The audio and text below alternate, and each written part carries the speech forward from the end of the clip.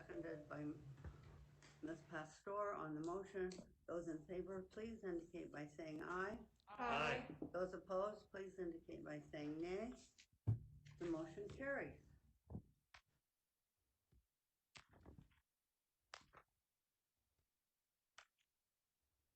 The regular meeting is called to order. Will the secretary please note that all board members are present? Please note that due to ongoing COVID-19 precautions, today's regular board meeting is being live streamed, and members of the public will not be present in person for this meeting. We will stand as Mr. Marquez leads us in the Pledge of Allegiance and remain standing for a moment of silence. Pledge allegiance to the flag of the United States of America and to the republic for which it stands, one nation, under God, indivisible, with liberty and justice for all.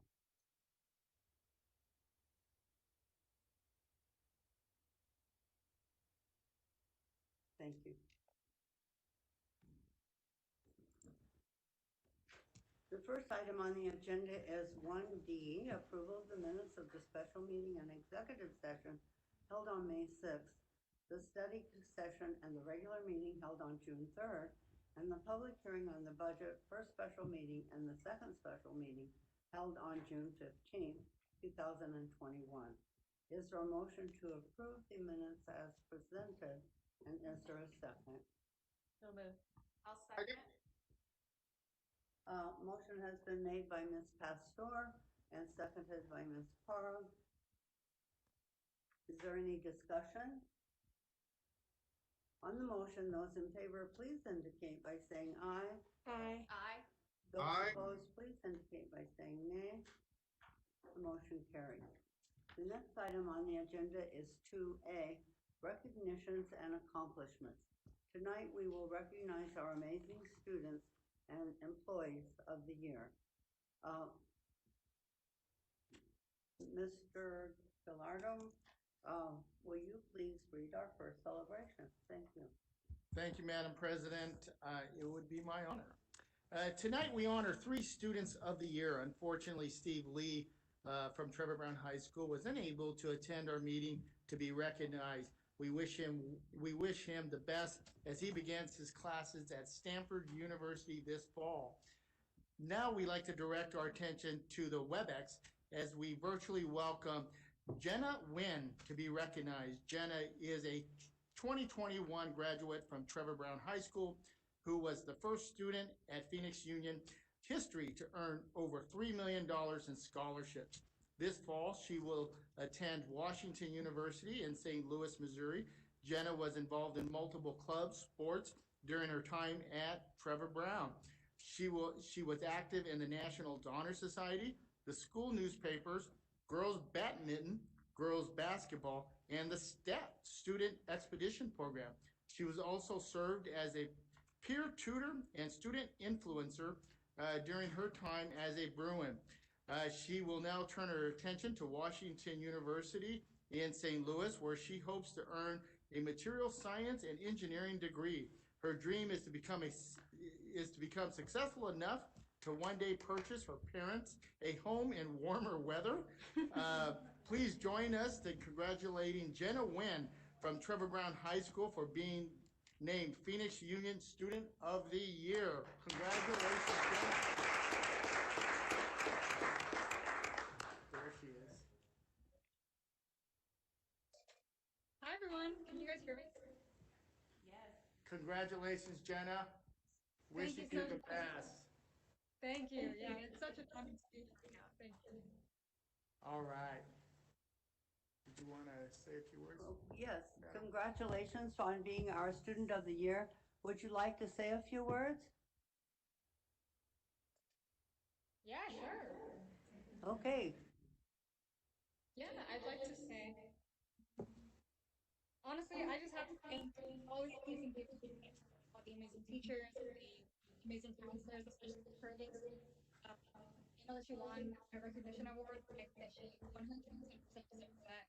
And I'm just really grateful for the type of care at her home. And because it was Trevor Brown. All that I did. Well, Jenna, as a Okay, Go ahead, thank you yes. so much.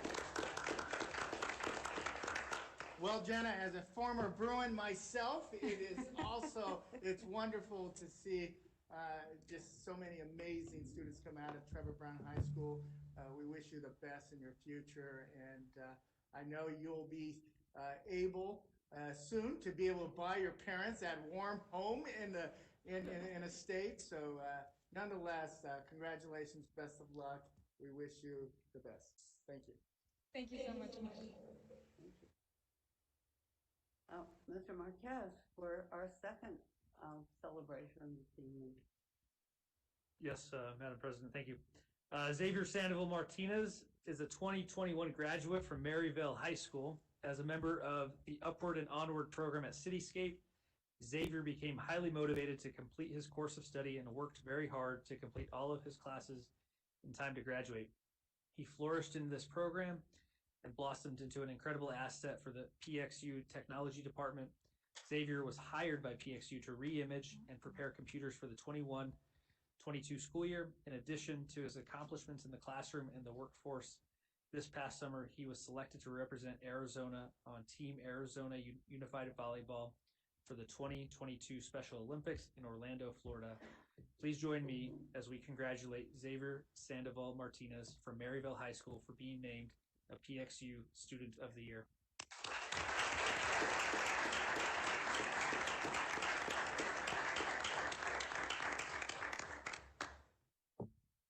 Thank you so much. Congratulations on being one of our students of the year. We appreciate what you have done and accomplished. Thank you. Number 3, Mr. Prescott. Can we get him on the? Yeah, can you all hear me? Yes? Awesome. I can hear myself through the echo.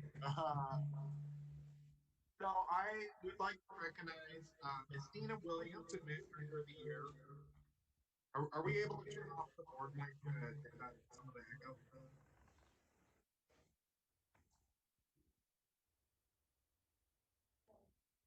Tell him to go. What?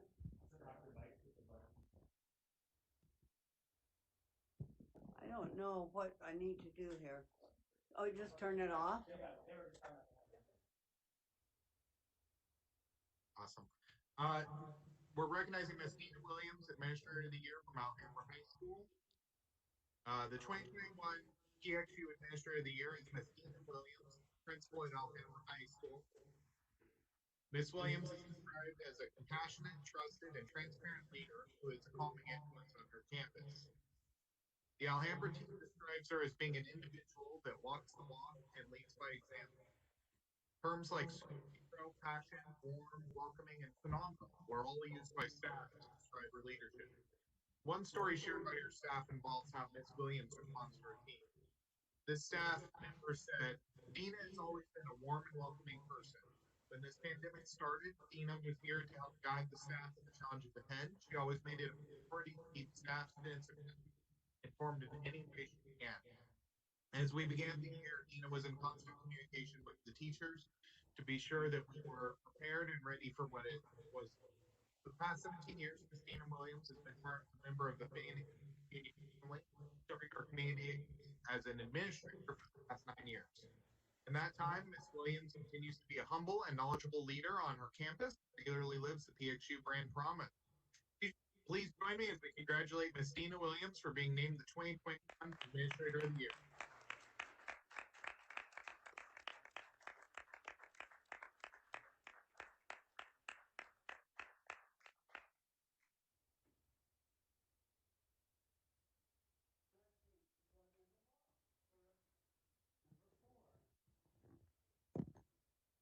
The 2021 Phoenix Education Support Professional of the Year is Ms. Stephanie Johnson from Betty Fairfax High School.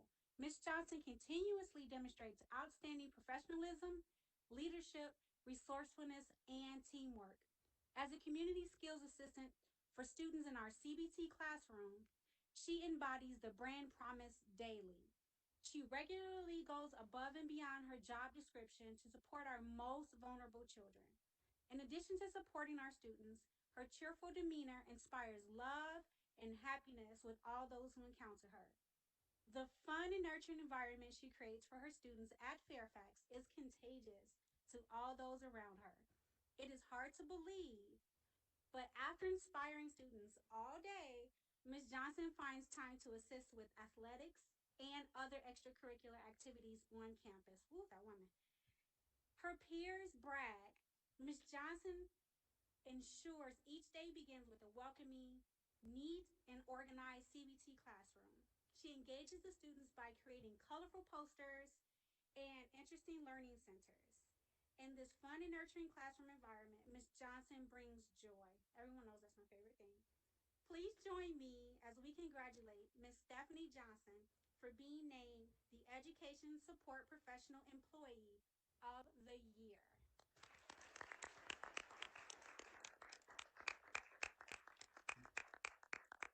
President Alston and board. Actually, Miss Johnson was supposed to be here tonight. She confirmed, but she did not arrive. I'm assuming coaching sports and clubs after school is probably lost track of time. So she obviously is an amazing human being and employee, and unfortunately wasn't able to make it tonight. Yeah, thank you, Dr. Guston. Councilwoman Pastor. Thank you, Madam Chair. The 2021 Certified Employee of the Year is Mr. Steve Clendon from Franklin Police and Fire High School. When speaking about Mr.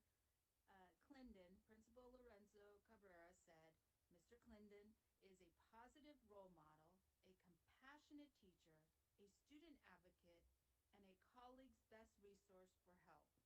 He builds amazing relationships with students, and not just the students in his class, but all students. He has taken it upon himself to be our sports and activities coordinator during lunch.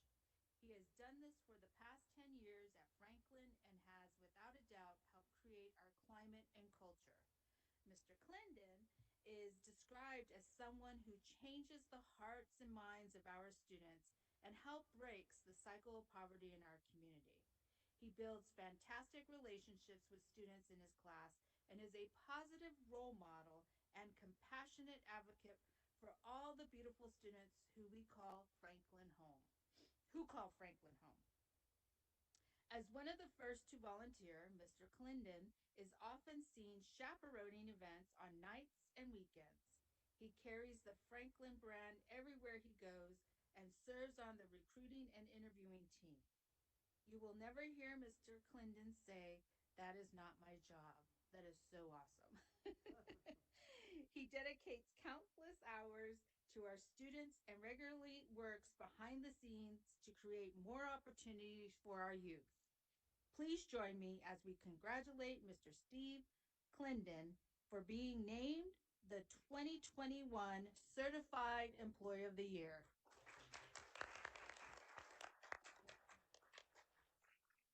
Congratulations and thank you very much. Number 6, Board Member Parra. Thank you, Madam President.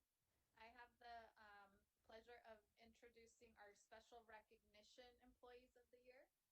This summer, Phoenix Union administered nearly 10,000 COVID-19 vaccinations to staff, students, and the broader community.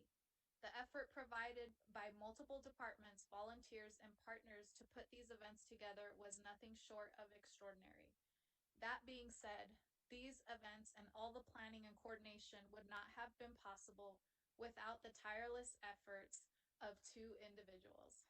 Our Phoenix Union Chief of Staff, Isela Rivas, and Phoenix Union Facilities Rental Specialist, Melody Bach Hodnefeld, who worked together to ensure all of our events were a success for everyone involved.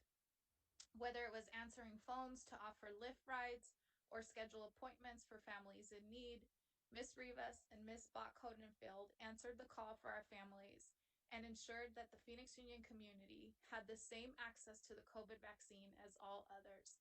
One of the many incredible stories from the vaccination effort came when a mother found herself without transportation to a hospital where her son was scheduled to receive emergency surgery. As she began to walk to the hospital, she remembered that Phoenix Union was offering rides to vaccination events, and in a leap of faith, she called our hotline to ask for help. Chief Rivas answered the call and made sure the family got an immediate ride to the hospital and a ride home. That following day, she called the boy's mother to check in on her son's recovery. Please join me as we congratulate Miss Melody Bach Hodenfield and Chief of Staff Isela Rivas for being named our Special Recognition Employees of the Year.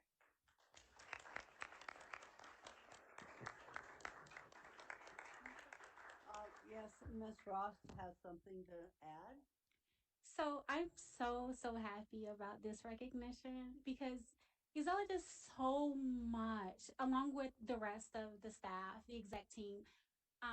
They do so much work behind the scenes to make like the district run smoothly and to make our lives as governing board members easier. And so I'm so glad that we are recognizing the hard work that happens behind the scenes. Well deserved.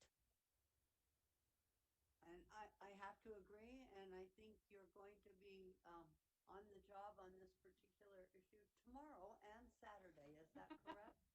That's what I thought I heard. So it never ends, and we're so very grateful that you're helping make our community safer, so we can do the job we're here to do. So thank you Madam so much. President, if I could just piggyback Yes, sir. on comments that are made. Couldn't agree. I think everyone here at Phoenix Union does a remarkable job. I've always said this, Phoenix Union is the gold standard on how we operate as a district. We take care of our community, our students, our staff. We do everything. We go above and beyond. I mean, you look at, I've been on other school boards, and they're all great. They all do great stuff, but Phoenix Union is just far just superior when it comes to really addressing the needs and challenges of our community and our students. But the whole COVID and our process and how we dealt with COVID, our mitigation process, you saved lives. Keep in mind, you saved lives. There are people who would have died if it wasn't the actions of this district, the great employees, the staff that went above and beyond to make sure our students and the staff are taken care of. And I think we got to continue to remind ourselves that they saved lives, and that's the important thing. So I just want to point that out. Thank you. The next item is 3A, reports from employee organizations. Tonight we will begin with CTA. And I see Dr. Coleman is with us. Okay, good evening, President Alston, governing board members, and Dr. Gaston. We do not have a report tonight. It's just to say that we are so happy that we can come together and be here in person. So we brought you gifts, and Esteban Clemens, who's the CTA Vice President, will be distributing these things. I will tell you that this umbrella is very special. And as we were walking in, people were like, well, where's mine? I was like, sorry, we don't have one for you. And if you watch the convocation video, this umbrella might be very familiar to you. Thank you. Please use it and all of its possible functions, because we're in the middle of a very hot summer and also monsoon season. So enjoy. And then we have a few other items in our bags we actually gave out to our members for member gifts. So we will come back in September with a report. And for tonight, we just want to say thank you for giving us the opportunity to meet in person. And we hope that you all have a very safe and happy school year. Thank you. Thank you so very much. Ms. Vanessa Jimenez, CTEA.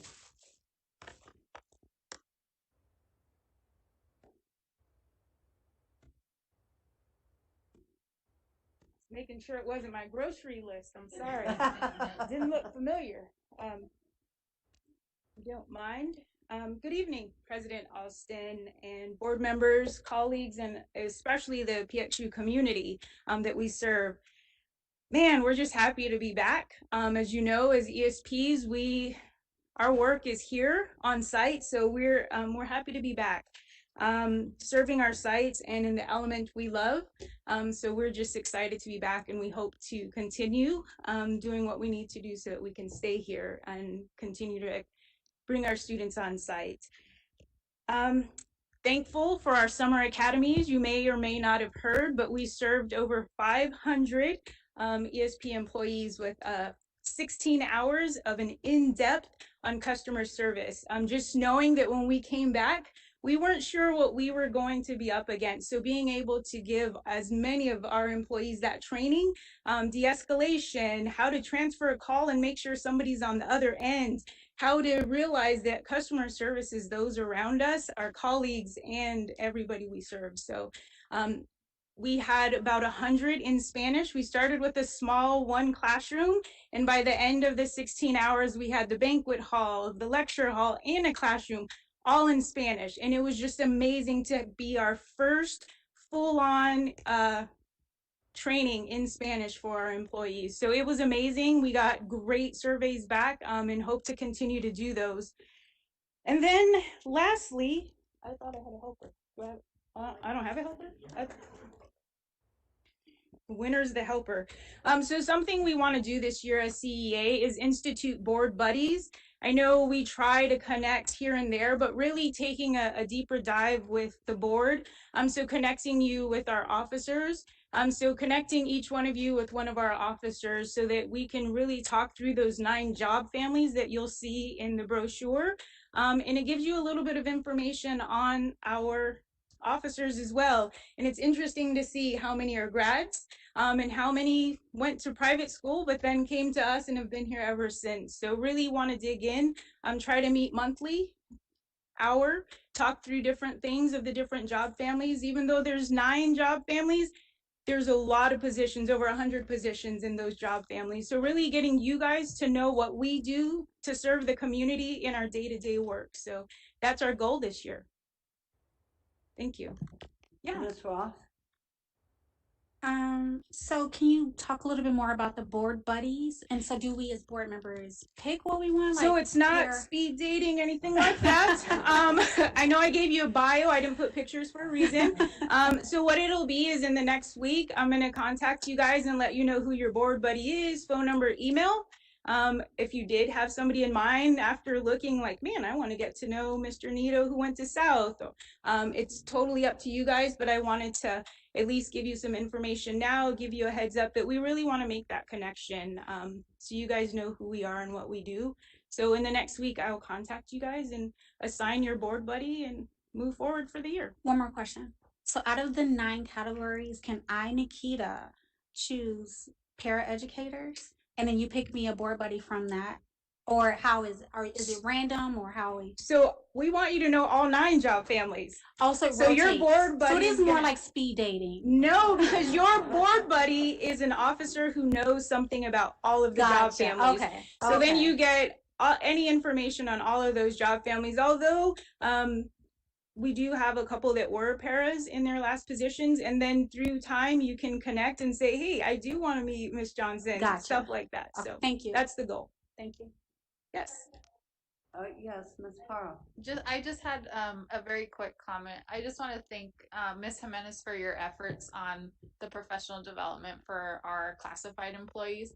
You are so passionate about this, and you and I have talked many times over about the need to invest in our classified employees. So I appreciate your perseverance and your diligence on this issue. And I am just so proud that you had 100 employees in a Spanish training. That just like warms my heart. So thank you for making it inclusive and making sure that everyone has access to professional development and growth. So however I can be supportive, you know I got your back, girl. Yes, thank you. Yeah. Appreciate it. Thanks. Thank you so very much. Thank you. Anybody else? Thank you.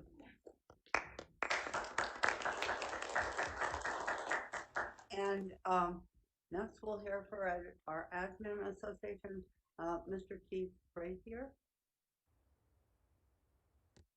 Good evening, President Austin, governing board members, Superintendent Dr. Geston, leadership team, and community. I'm Keith Frazier, and I'm their new 88 president. I'd like to introduce my executive team.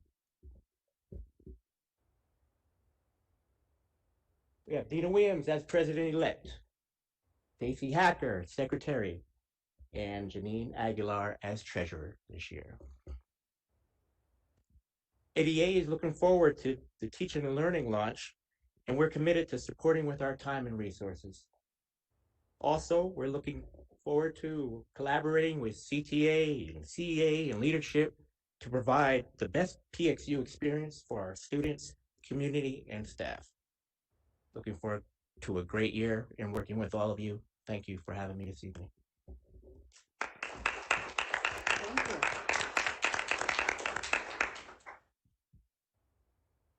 The next item on the agenda is 4A, call to the public. Due to ongoing COVID-19 precautions, a link was provided to the public for individuals wishing to address the governing board. We have 10 requests to speak. Presenters are limited to 2 minutes. I would like to caution our speakers about commenting on a particular individual, and thank you for not referring to any person by name. Our first speaker tonight is Teresa Valente. Please, Ms. Valente, provide your comments, and we'll start the timer when you start talking. Hello, can you hear me? Yes. Okay, my name is Teresa Valente. I was born and raised here in Phoenix and attended Camelback and Carl Hayden High Schools.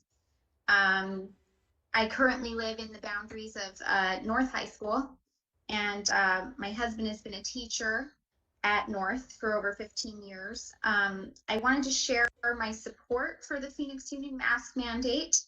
It follows the recommendations of the CDC, and it will keep the students, staff, and the community at large safe.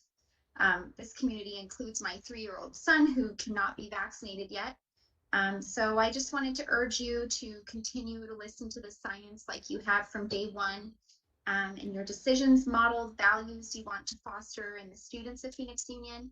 And I hope you continue to show them you are thoughtful, compassionate, and willing to do the right thing, even when it's the harder path to take. Thank you very much. And thank you. We appreciate your support.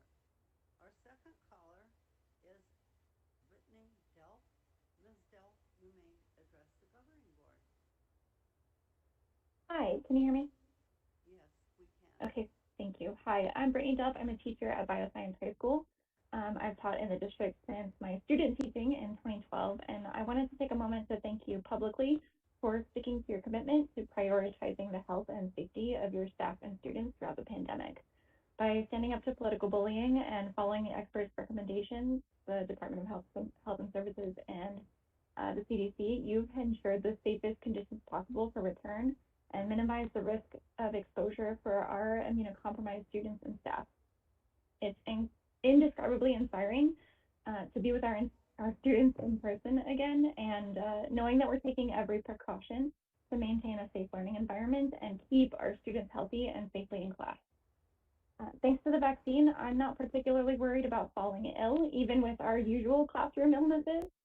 However, I am worried about becoming infected and unintentionally infecting a student who isn't or can't yet become vaccinated, who will then take it home and spread it to their elderly relatives who are statistically less likely to survive.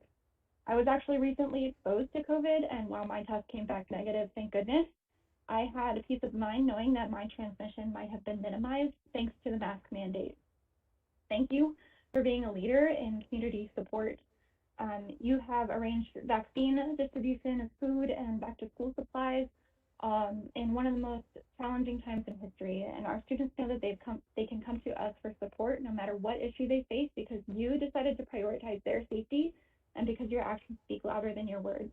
Your strength is inspiring to other school districts in the area because you did the right thing and protected your people. They did too.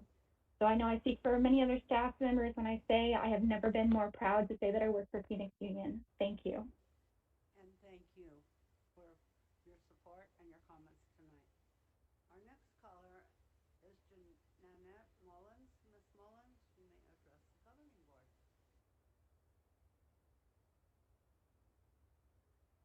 Ms. Mullins, are you with us? I'm sorry, who are you? Oh, can you hear me? Now we can. I can't hear you very well. Can you hear me? Yes.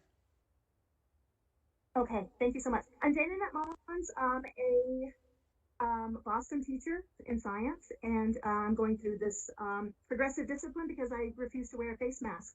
And so retroactive June 30th, Arizona 15-342.05, the law says face coverings are prohibited. In the school district, a school district may not require face coverings by students or staff during school hours or on school property, including in-person instruction. So this district is breaking the law. This district is saying that they know what's better for the student, for the child, than the parent. And you're literally taking your rights away from the parent to determine what's best for their child. So basically, you are withholding education from children who will not wear a face mask, and you don't have the right to do that. So I'm appalled. I'm appalled at all of these people who think it's okay that a school district can determine what a parent's rights are. It's appalling. Second of all, for all the principals, for the teachers, for everyone in that school district who is making their students wear masks on campus, in the classroom, you're complicit. You are breaking the law. It is not up to a school district. This is America. We have rights, inalienable rights as citizens and Americans in this country. The school district does not determine our health and wellness. We do as parents and as people. I'm appalled. So yeah, I want you to think about that and what you're doing to our kids. And all of the parents who are afraid to speak up, and all of the parents who realize, hey, this is just communism.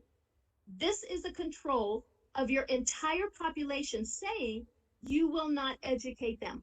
It's appalling that you are breaking the Arizona law. And that is my comment. Thank you very much. Thank you for your comments, Ms. Mullen. Our next speaker is Vanessa Nitt. Ms. Nitt, please provide your comments. Hello? Was I just unmuted?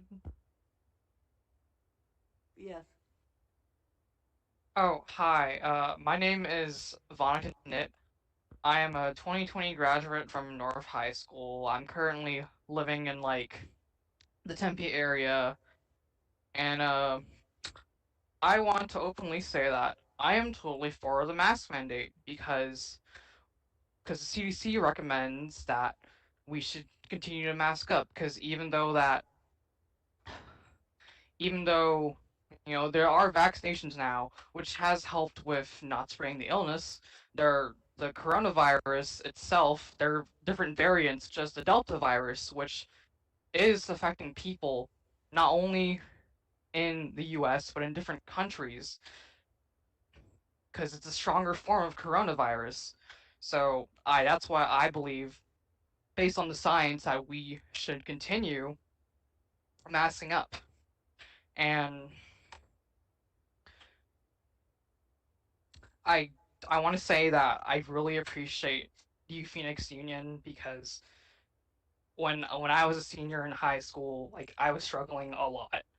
But thanks to the counselors at North High School and like the social health department over there, like I was able to get my first job. Like I was able to support myself. Like after like I graduated, thankfully. And I really appreciate that Phoenix Union cares about the health of of its students and its staff and the families. Thank you. And thank you for your comments. We appreciate it. Our next caller is Jeff Heredia. Good evening, Heredia. Superintendent Geston, Phoenix Union High School District Governing Board members, and the PXU community. My name is Jeff Heredia, and I'm an assistant principal of student success at Betty H. Fairfax High School. And thank you for affording me this opportunity to speak before you today on the topic of wearing a mask while at work or school as it applies to the Phoenix Union High School District. I remember when the onset of wearing a mask first came to be a reality. The initial onset seemed surreal, almost comical. My wife and I were thinking about like cute mask ideas, choosing patterns, colors, and themes. But the novelty quickly wore off as the severity, seriousness, and the rationale behind wearing a mask became more and more prominent. Mask wearing was no longer a suggestion, but a necessity. Do I like wearing a mask? No, I don't. But why do I wear one? Because I want to keep myself and the people around me safe, period. I did not do any extensive research behind the effectiveness of wearing a mask as it pertains to the prevention of spreading COVID-19. I've trusted the doctors and scientists who specialize in this field to help guide and support us as a community, as a society, and as members of the world stage. After all, I never did any research as to the effectiveness of seatbelts. There were other people who have done that. I choose to wear a seatbelt because it makes sense, and I trust the researchers and scientists. I asked some students and staff from around my campus today their thoughts on masks. A majority of the students and staff who I spoke with said wearing a mask was to help keep themselves and family members, as well as each other, safe. That's what drives them to comply with the regulation. Many of us don't like wearing the mask, but we do so we can be a successful, healthy contributor to our homes, our schools, and our communities. We don't have to walk to the same beat of the same drummer. We don't even have to walk to the same beat. But I think at the very least, we need to all walk in the same direction. Thank you, Superintendent Guestin, governing board members, and the executive team for being courageous, committed, and compassionate to not only put policy in place regarding masks, but for also having the ganas. Thank you so very much. We appreciate your comments. Our next caller is Jeanette Scott. Ms. Scott, you may address the governing board. Hi, my name is Jeanette Scott, and I'm a teacher. Right now, I'm assigned to the district office. Monday, I was at South High School helping out, getting kids their schedules and their IDs, and especially with the freshmen coming in. When we were outside, I didn't have my mask on. I had two kids come up to me, Miss, you need to put your mask on. We're supposed to wear a mask. I said, you're right. Outside, they said we didn't have to, but now that you guys are this close, I'm going to put my mask on. It just kind of showed that our kids are listening and seeing what we're doing, and it makes a difference to them. So again, I want to thank you for thinking of all of our Phoenix Union family safety first before anything else. I also helped out at several of the vaccine pods, and our community really appreciated what we did. Several of them came in with little documentation, no insurance, and were kind of scared. But once they got there and saw how welcoming we were, how we offered food and school supplies and anything that we could help them with, rides, things like that, they really were excited. Several of them got on the phone and started calling family members, other people to come out and get their shots. I'm looking forward to helping out this weekend at Metro Tech. And again, I just want to thank the board and everybody, all the leadership at Phoenix Union for keeping our families in mind. Many are multi-generational, whether it's grandparents or little kids. We keep forgetting about the young kids that don't have the option. They don't have a choice. So thank you again for keeping our safety in mind. Thank you so very much. Our next speaker tonight is Merle Flores. Ms. Flores, you may address the governing board.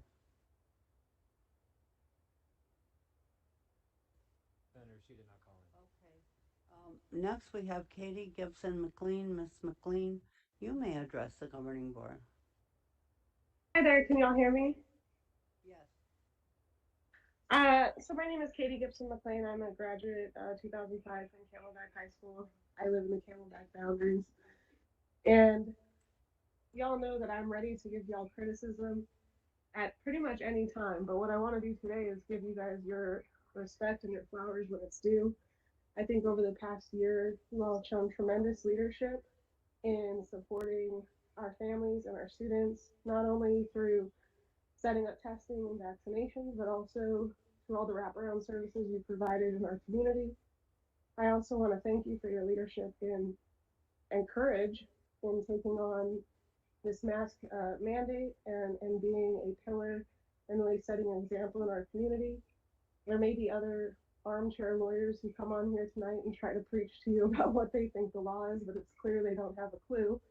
So I would say just keep marching on and doing what's right for our predominantly poor Black and brown and multi-generational families and households, which are, we know, disproportionately impacted by this virus. And I really appreciate each and every one of you and all the leadership you've shown over the past year. So thank you.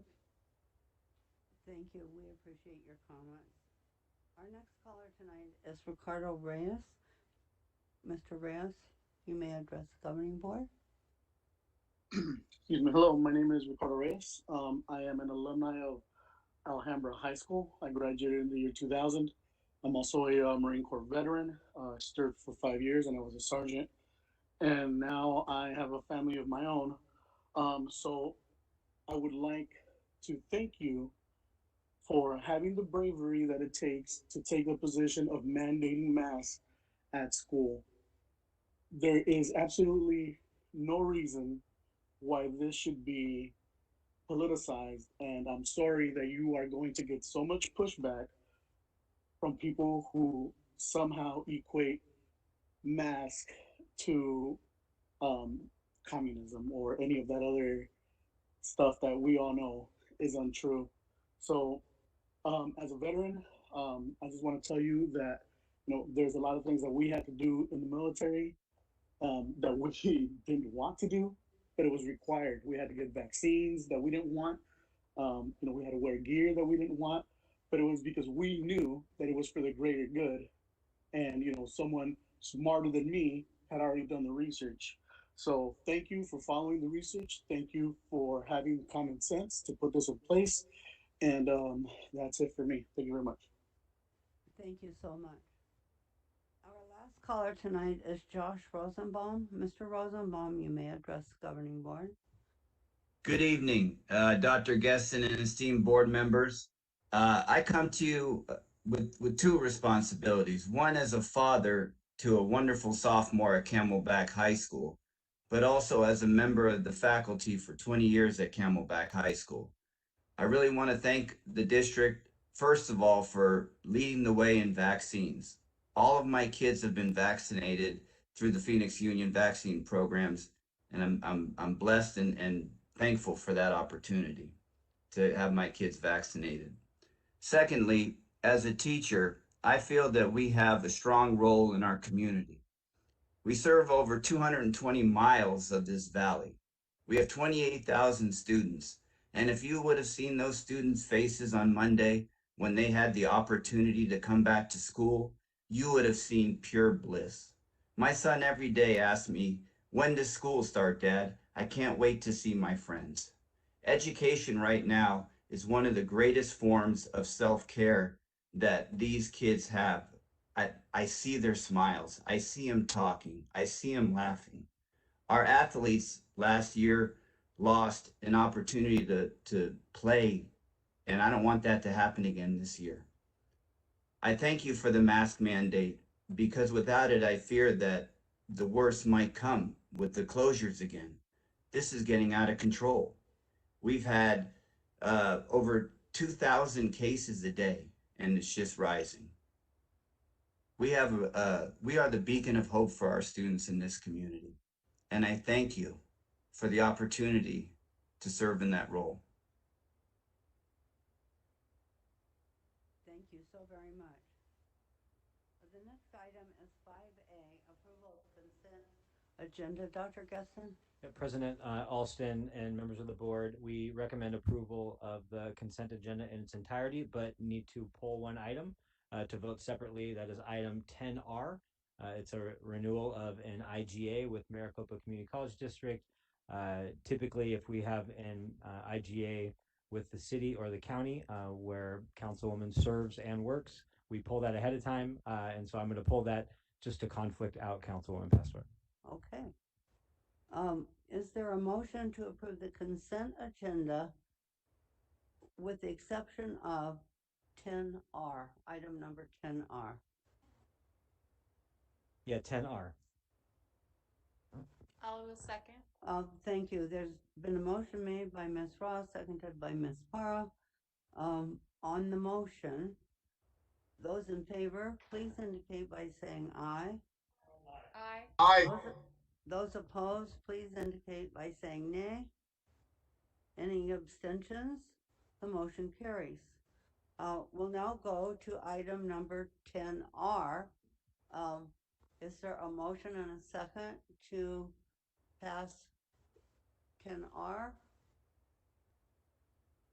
Oh.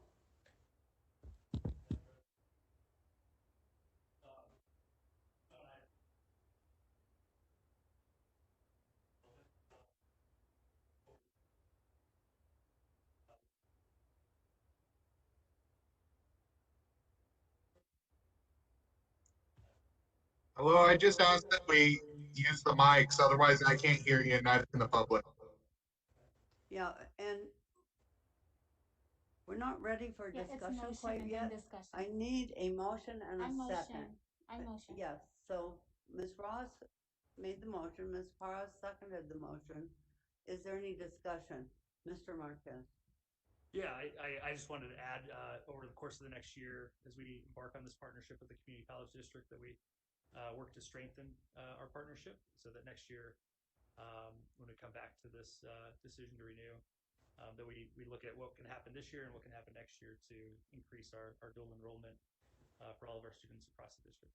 Okay, thank you. On the motion, those in favor, please indicate by saying aye. Aye. Aye. Those Aye. opposed, please indicate by saying nay. Any abstentions? Sure. Are there any abstentions? Ms. Pastor is, 'Cause you said it let at the the record beginning. show Yes. that Ms. Pastor is abstaining from the motion to pass item number 10R. Any further discussion? Okay. All those say aye. Aye. Aye. Nay. Aye. The motion carries.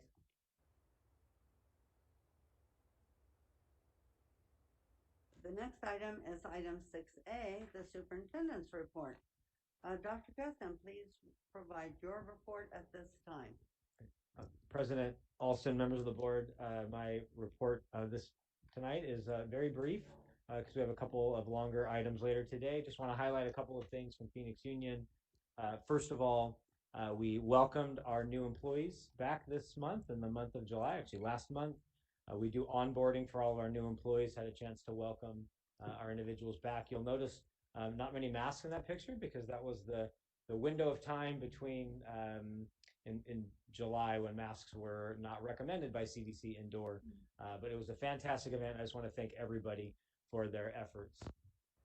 Just want to bring back a really cool story from in Phoenix Union. We highlighted at a previous board meeting Daniel Avitia, baseball player at Alhambra High School, was the athlete of the year. Since we were together last, he was drafted by the Chicago Cubs, and actually recently made a really wise decision to forego the draft and actually go to college on a full ride scholarship. Build up his strength and re-enter the draft after his junior year. And so we're really excited that he got this recognition, but he's going to go pursue his college career first before re-entering the draft. That is Chad, very exciting. Awesome. Oh, sorry, Madam. Ms. Pastor? Did his brother enter the draft too? Because we were watching it, but then at a certain point, I got lost. Yeah, President Alston, Councilman Pastor. Yeah, I don't think it was this year though. I think it was a previous year when he. Okay. Because once you go to college baseball has very different rules. Not to get into the details. Whereas in college football or basketball, you just have to play 1 year of college. You can enter the draft right away. In baseball, once you choose college, you have to stick through your junior year. And so that's why it got a little confusing. So we're very excited for him. We'll be right down the road at GCU. We also had a chance to recognize Employees of the Year tonight. You all had a chance to meet our 5 district-wide Employees of the Year, but every school across Phoenix Union selects a classified and a certified Employee of the Year. Every year, a long-standing tradition previous to my superintendency is an employee breakfast with the superintendent, exec team. Extended invite to board. A few, Stephanie Parra and Stanford Prescott, were able to join. Just want to congratulate all of our Employees of the Year across Phoenix Union. These are the 65 individuals who were recognized previously. We also had our opening of schools convocation. It was a great event. It was hybrid once again. And a lot of work went into convocation. I want to thank our marketing and communications team and our technology team, where we live streamed our event. Some was live, some was pre-taped. Schools watched it at their campuses in community. Great way. We had a beautiful choir sing national anthem made up of our students and our staff. We also had the Maryville Mariachi play. And for the first time, maybe ever, or in a long time, we had a staff band who came together from all throughout Phoenix Union The theme this year was love and learning, and they played "All You Need Is Love" by the Beatles. And so they did a fantastic job. So thank you so much to everybody involved in convocation planning. As a part of that, and leading up to the year, schools get to show their pride and they earn a spirit stick. If you watch the video, we had some fun with the spirit stick. The official winners were Carl Hayden Community High School for the large school and Bioscience High School for the small school. How so in the convocation video they're saying don't forget that the deadline is this date, but I don't know, maybe I missed it. Like, how do schools win the Spirit Stick? Excellent. So that's a great question. So Spirit Stick is something we started just a few years ago, 6 years ago, and it used to be based on could your faculty bring it to the convocation? Like, did you dress up? Were you loud? Were you noisy? Well, the last couple of years, because we're virtual, it's all about social media. And so they're encouraged. They have to use the hashtag of the year. This year's hashtag PXU Love and Learning. You would not, I would encourage you all and the community, go to Twitter, Instagram, and Facebook, look up hashtag PXU Love and Learning. You'll see videos and memes, and it's really amazing. And we always have to pick two. The truth is there's usually at least half the schools that really go big. And so it's a great way to show pride in the district and their school. It was a great Spirit Stick year this year. Also, just want to quickly shift to college. We continue to do, even throughout the summer, offer opportunities for our students to make sure that they are prepping for college. I happen to have a senior in high school here in Phoenix Union, and so she's taking advantage of these as well, thinking about post high school. I did have a chance at the convocation to share this slide. We shared a lot of slides at convocation. But this is a great recognition for the work of the governing board, supporting all of our college knowing and going initiatives, our counselors. And you see in this slide that Phoenix Union back in 2007 had less than $10 million in scholarship offerings. And the tremendous amount of intentional work over the last 10 or so years. And even last year during a pandemic hit our highest scholarship total in the history of our district, $150 million in free college. That is unheard of. And are very, very proud of our counselors and everybody involved, teachers, in helping make that happen. And then finally, I believe this is my final slide. Finally, just want to highlight, I brought this to the board before. I just want to highlight that, as you are aware, governing board signed an IGA several months ago between the city of Phoenix, Maricopa Community College, as well as Phoenix Union and a couple of our partner districts to permanently bridge the digital divide. Instead of sending hotspots out, to actually find a way to blanket the city with a Wi-Fi network that work continues. Thank to the efforts and advocacy of Councilwoman Pastor, who has a very unique purview of this. She sits at the city, works for the county, is here in Phoenix Union. She's been a convener of many different partners.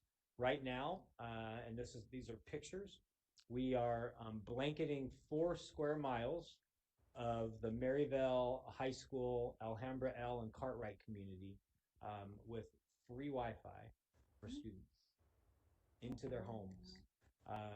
And the team has built, I'm not a technology expert. The team has actually built technology and leverages technology that will be able to blanket the entire city. Every K-12 student, as well as those enrolled in community college, would have free access to Wi-Fi into their homes. And not just for 1 year. This is a permanent solution. And so I want to thank Councilwoman and all those involved. And very soon we'll start to make more and more announcements about the future of this digital divide project. And I'm sure Councilwoman wants to make a comment. That is the end of my report. I'm happy to answer any questions. And I see these are the polls going in recently. Thank you, Madam Chair. Dr. Gesson, just a couple of comments / questions on the college knowing and going efforts. I know that across the country, and Arizona is not unique to this, but there has been a decline in enrollment for the class of 2020.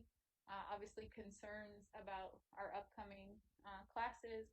So just could you share with the board kind of our intentional efforts beyond how are we thinking strategically to make sure that we continue to support our students and even our alumni who maybe needed to take a year off or for whatever reason it might not have enrolled in college this fall semester.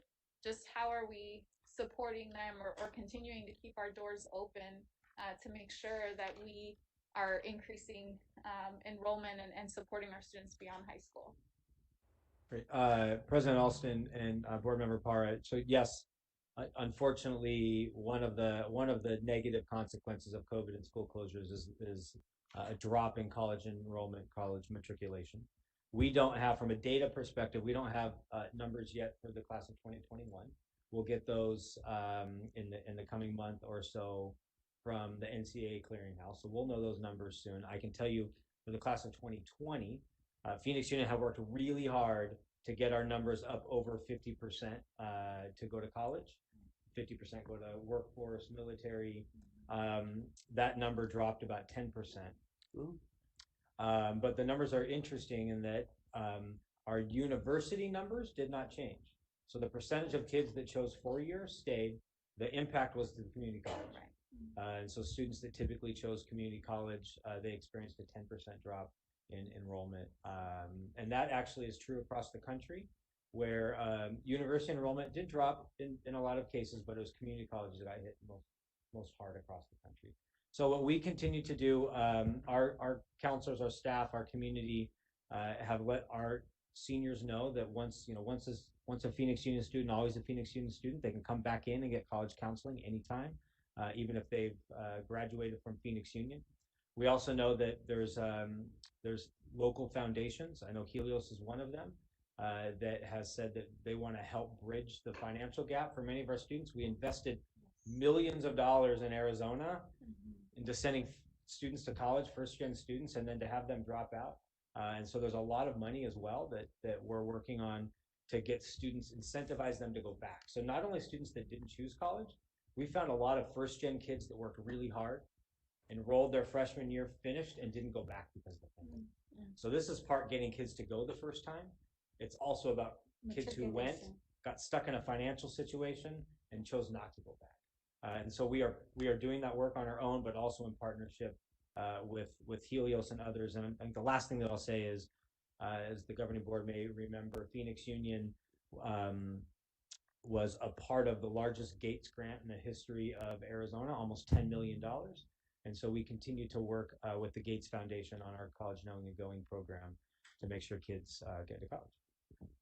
Thank you. And just one Certainly. quick additional comment on the bridging the digital divide. And I think this is a value we share for all of our efforts, but anything that we learn from this collaboration, if we can be good partners to other communities, especially in rural Arizona, I would love for us to create a community of learning and thought partnership with other systems who are also struggling with this issue.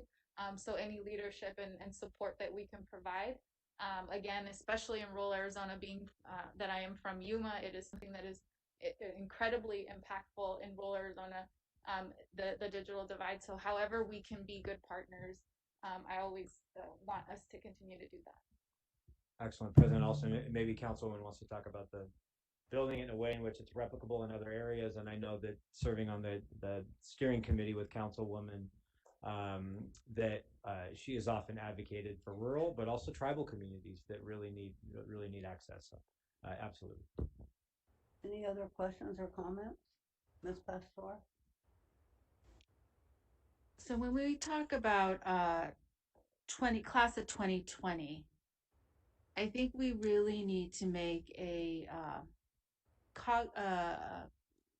conscious effort to really help that class. And I would like to have a discussion in the future about putting money aside with ESSER funding to create scholarships for those students. We have been approached by Aliento to do that at the city. Of course, once again, multi-hats and understand where all the funding's coming from. And so I also think that we should, as Phoenix Union, because of the ESSER money, be able to dedicate an amount of money towards the scholarships. What they estimate it will be, and also maybe the county could help in this piece. $4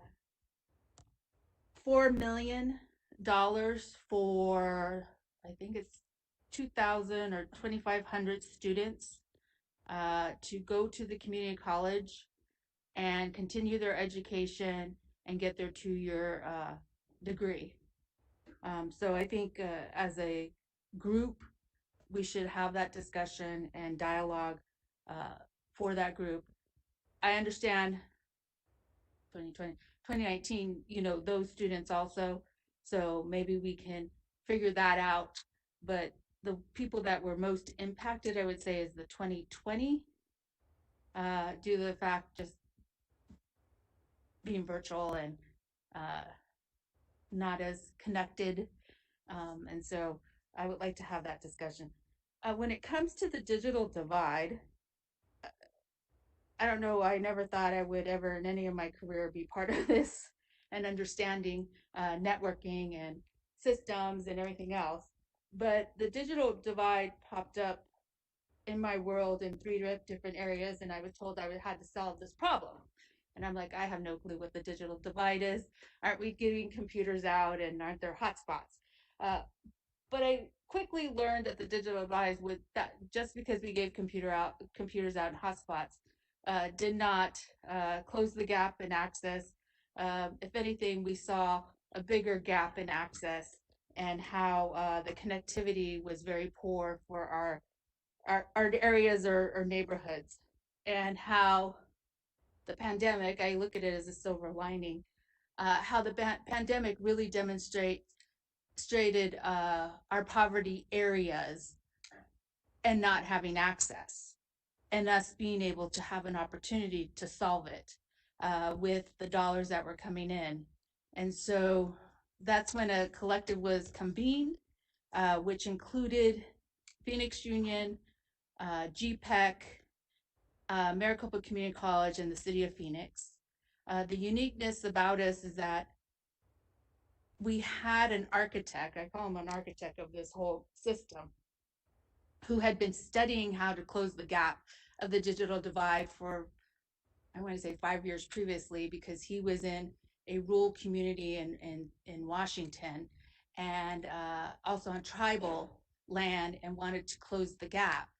The problem is that he didn't have the funding, and people thought he was crazy and how he was going to do it. So I said, okay, I think you are crazy because you've been studying it for all these years, but look, you mapped it out for me. I will convene. I will put my money where my mouth is and make sure that we get the dollars that we need to at least test it to see if it works. So for 15 months, we have been mining data, looking at buildings, and what I mean by buildings, all our assets, to see how we can leverage our assets to be able to provide this infrastructure. We are not competing with the network system. In fact, we talked to the telecom communications to get a clear go forward, show us what you can do, because this is interesting. What at the end of the day, what's going to happen is everybody's going to be have a piece of this pie and be able to participate. The intent was to demonstrate it, show it that it worked, build it, and make sure it was efficient and effective, and it wasn't going to cost billions of dollars for a school system that wouldn't have billions of dollars. I would like to thank Supervisor Gallardo for also supporting us, because the county is supporting us in allowing us to write for a grant that could possibly give us $30 million to finish it within our census tract areas. And then at that point, our thought leaders will be coming together with the county and other cities, rural community and tribal community, to now, with all the grants coming in, to give out our playbook and say, go apply, let us help you. So the intent is to really solve the digital divide statewide, and us be the state that solves it. And then it could go really globally. And what I like to say is I like to thank the board for having the ability and trust in us moving forward in a concept that I would have never thought I would be here today. And the whole tech community is watching us. The reason why you haven't heard so much and you're still not hearing so much about it is because we know we solved it. We know real fast and real quick, as soon as we give our playbook, it will be taken and other big dogs will come in and I call them the big dogs, uh, uh, will come in and take our work that we have done and say they have done it and use it for themselves. So that's why you're not hearing a lot. You will be hearing a lot of, you'll be hearing the big splash probably in the next 2 weeks of really seeing what we've done and what we did. So want to thank you guys because you guys are pioneers in all of this. And every one of you is going to be very proud to be part of the, not that you're not, but part of Phoenix Union and the solution, solution makers to a problem that has existed for decades and will cost, it will be efficient enough that we can pay for it within our budget and be able to make it happen throughout all our 14 districts. The other caveat to this is because you know, many of you know how my brain operates. I think about the future. We will be doing digital literacy along with this. We will also be working on a certificate so that then we have a workforce pipeline to come in to service the infrastructure that is there or be able to be hired by school districts to maintain what has been built, and so that the workforce pipeline continues throughout our great city. And be proud that it's a Phoenix Union student. So there's layers to this that is coming all the way around. It's not just solving that, but also putting a workforce forward, which the business community likes. And that's where we brought in the business community to start that conversation. So thank you all for allowing me to lead in this, and be ready, get ready. Here we come. Thank you. Thank you, Ms. Pastor. It's all very exciting. The next item is 7A, Future of Law Enforcement Support and Usage. Dr. Geston. Good evening again, President Alston and members of the board. Tonight we have a discussion item around the future of law enforcement usage in Phoenix Union. Interesting timing with the news that we heard about down at the city of Phoenix today. We obviously drafted this agenda and published it before that news came out. And so tonight, the goal of tonight is to do a couple of things, which I'll highlight here in a moment. I do want to start with, we did spend time talking as a governing board in the month of June, talking about off-duty officers for this coming year. And you see up here on the screen that on the early June board meeting in June 15th, we discussed the off-duty officer plan for this coming year. As you know, we no longer have SROs. We no longer have officers assigned to campuses. We just use off-duty officers as needed in a completely different model. We also spent time last month talking about alternatives to off-duty officers. So are there times when we've used officers in the past when perhaps we don't need to in the future? And maybe that's for sporting events, traffic assistance. There was a lot of discussion that we had last month. We also, over the month of June, talked about our participatory budgeting process, reviewed that timeline. As you are aware, in the middle of this year, we'll conclude participatory budgeting, which is titled Rethinking School Safety. That's without officers. And then we also recognize, which will lead a little bit into tonight's discussion, that this use of off-duty officers as needed is not the solution. It's a short-term Band-Aid for where we're at today, but it's not the long-term solution. And so ultimately tonight, this is just creating space for the board to talk about a couple of things. One, conclude our discussion from the June board meeting. I know that there were a couple other comments and people that wanted to lean into the conversation around off-duty officers for this year. But most importantly, as I said, and as the board knows, we need a long-term solution for how we're going to handle mandatory law enforcement notifications, reporting abuse, neglect, etc. And how can we do that in a district that right now doesn't have officers on campus? And so want to spend time as well listening to the board around what is it that you think you'd like to see in the future when it comes to law enforcement support and navigating some of those issues. So I'm going to turn it over to President Alston. Again, we can start maybe with what were the conversations from last month around off-duty officers that people want to conclude that conversation.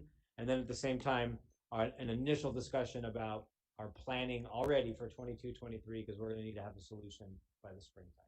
With that, I'll turn it back over to President Alston. I'll open the floor to discussion. I see Mr. Prescott there on our screen. Are you hoping to speak out? I am, President Alston. Thank you. So I want to share a couple thoughts. First off, at our last meeting, I do want to publicly acknowledge, there were some questions about the discussion. The motion was handled. That was my first time running our meeting. It was also our first time without a motion. So I want to just re-emphasize that it's my personal goal that everybody gets a chance to share their opinion, regardless of what it may be, regardless whether it's one I agree with or not. I think the board is strongest when we all have an opportunity to collaborate together as a board, charge different perspectives. I think beyond that, for me, I voted yes to continue the off-duty contract in June. For me, that yes vote was due to the fact that our district really hasn't had time to think of alternatives. We were busy focusing on COVID, which was the primary threat to the safety of our students, and that was our key focus for the past year. I think although COVID continues to be a problem, it continues to be a key focus for our district. I think that we should use this coming year to really think through alternatives and to really consider those. For me personally, I do not think the off-duty officers are a long-term solution. I do want to see those alternatives presented next year so that we can really consider those.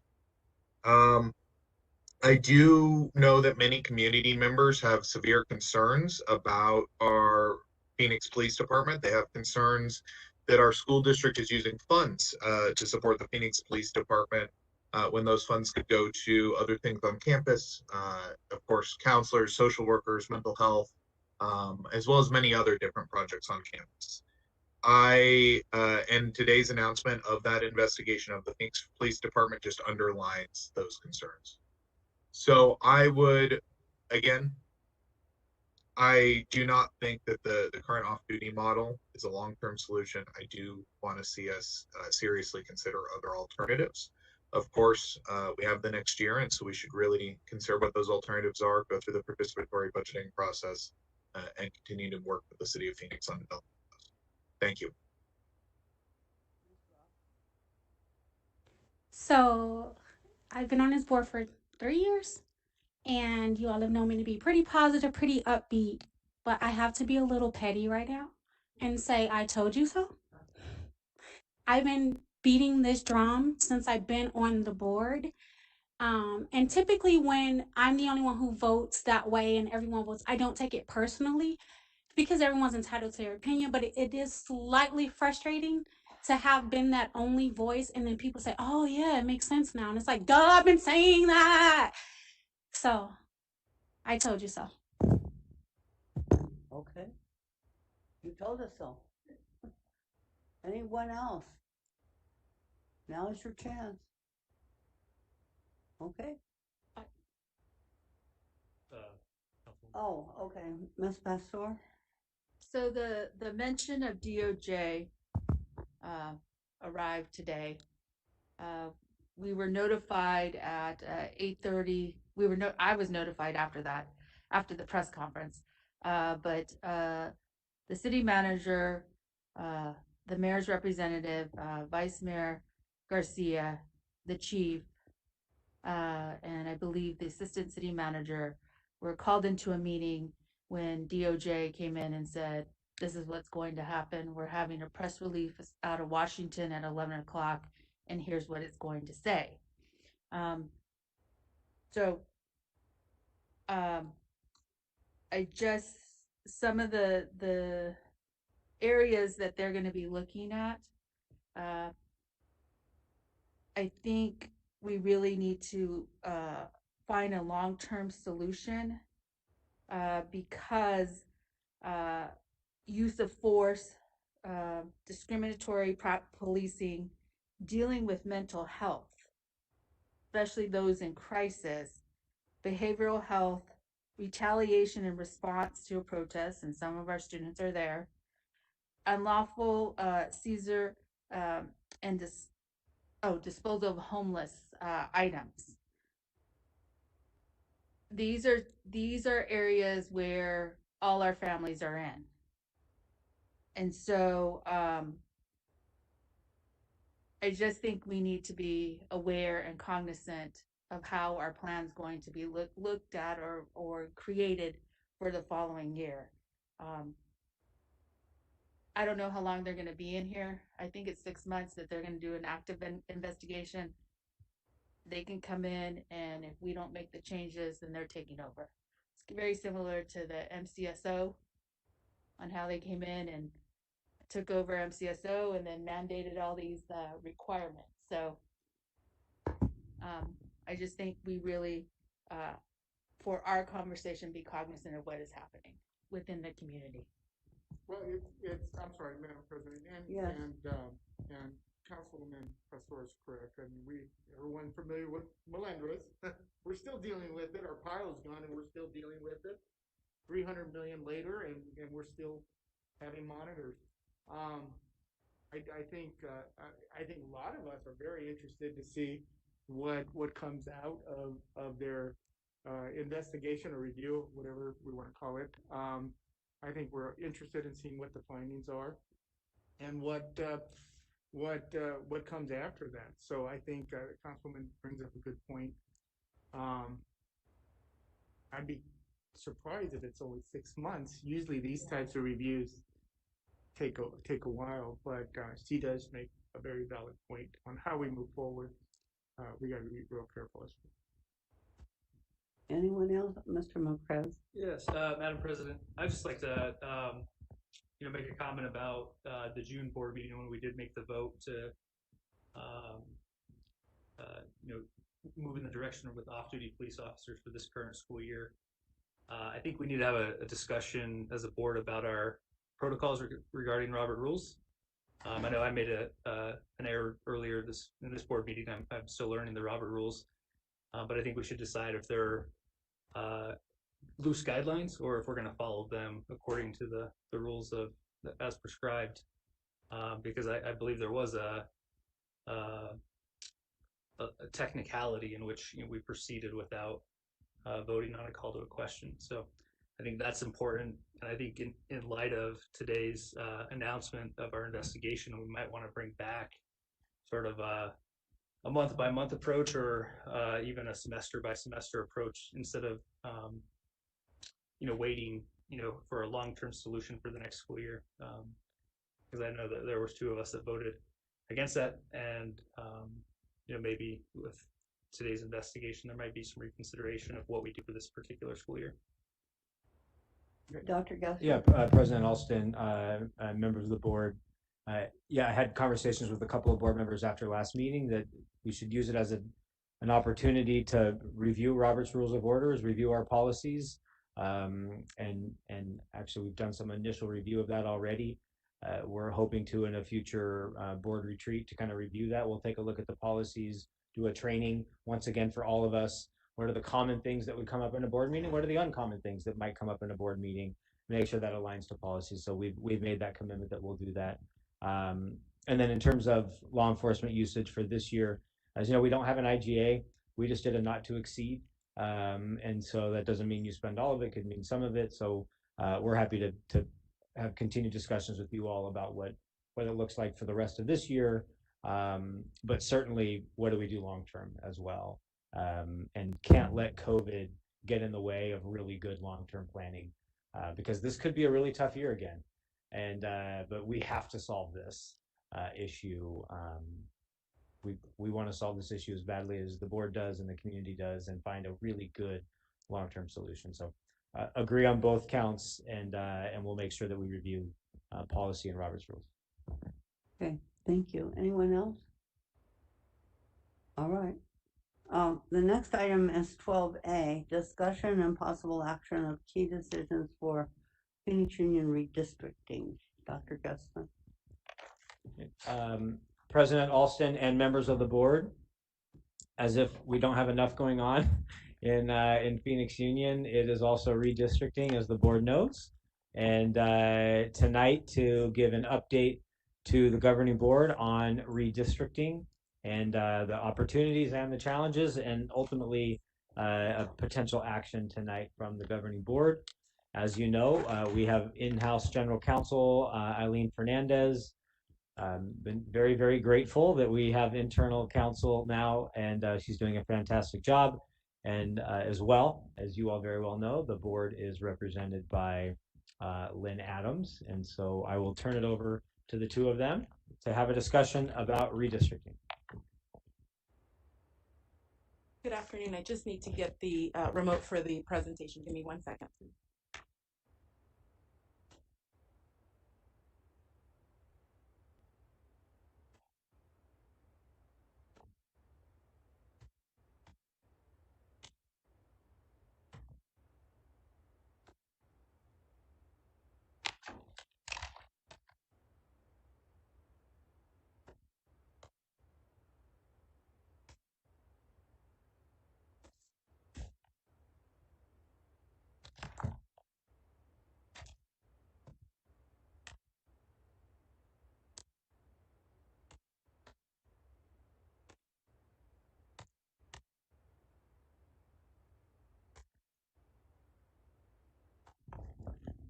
Good evening again.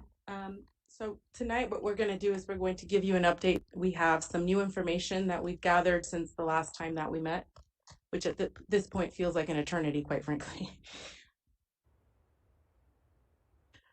So just to start, let's go over a little bit of the information that we've learned since our last meeting. So just to give you an update on the RFP for the consultant, we had an initial submission deadline of July 16th. Unfortunately, we did not have any timely submissions in the first go round. We received one submission, which was received late, and so we had to go back and re-advertise. So we have a new submission deadline of today. So we should have some information as far as who's submitted and who hasn't submitted for you shortly. Because of the fact that we have had a couple of delays, and because we have found out some additional information, we're going to present to you a couple of different options that you have available to you today. So since our last meeting, we've come to find out some new information with regards to the census numbers that we've been waiting for. And that in the delay in receiving those numbers and the information that we've now received will impact how we move forward from this point forward.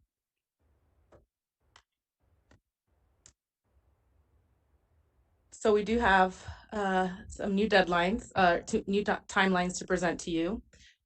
We have found out that the August information that we were going to receive, which is now slated to be received on the 15th or the 16th, is what they're calling legacy data. That legacy data is in a format that is difficult for us to use. So it will not be likely that we will be able to use that data to start our process. The final census data that will be available to us in a usable format will not be available to us until September 30th now.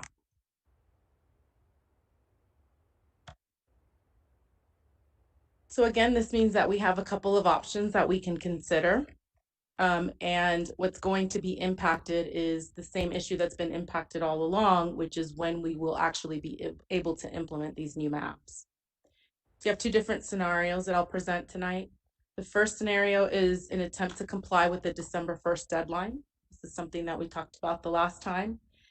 There's a couple of things that we've learned that we could do, that we could actually get started with now. Under this timeline, what we would start to do is we would begin to publish notices to the public. We would send out letters to the parents, and we would conduct our first meetings in each ward. So what this would do is the notices would be to alert the public that this is coming, educate them on what the process consists of, and then as we are touring the district and having a meeting in each ward, we would again present to the public what would be coming in the near future for them, what the process consists of. We would solicit public input. We would show them where the existing boundary lines are now. And again, we would take whatever input we could get at that point.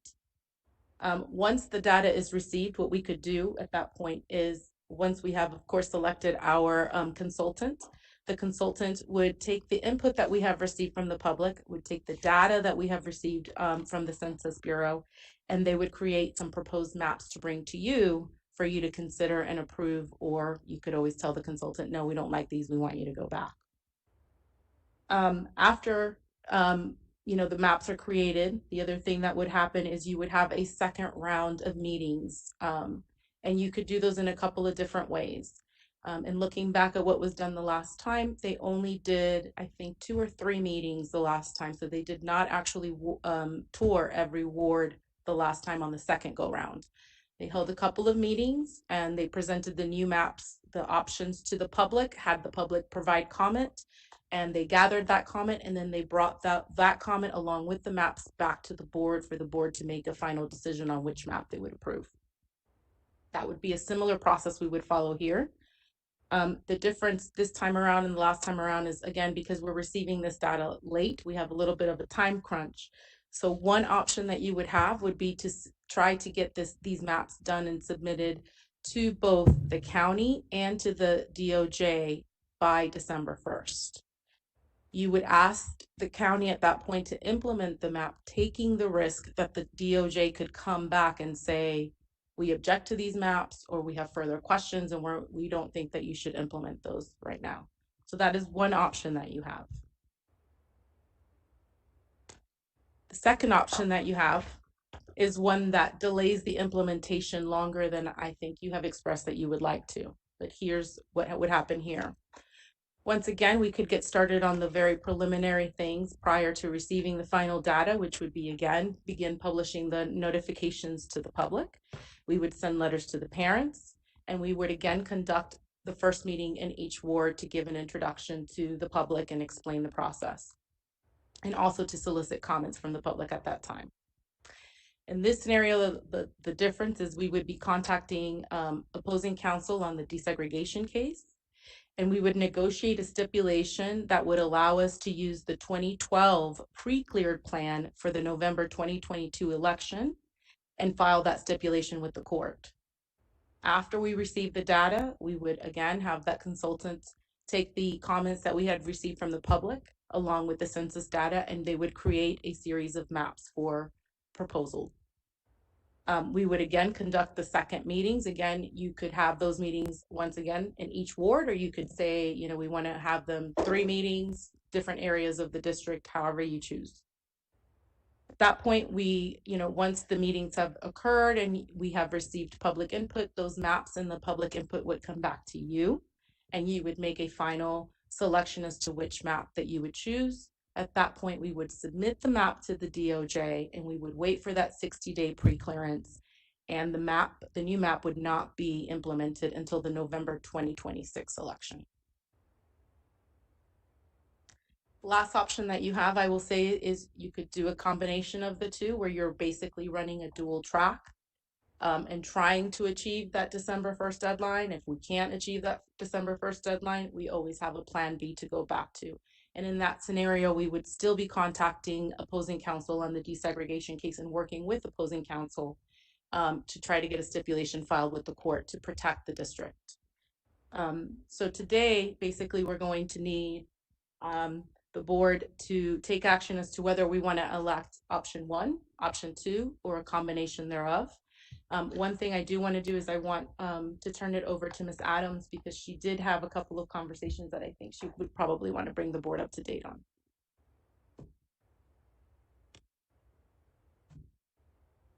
There we go.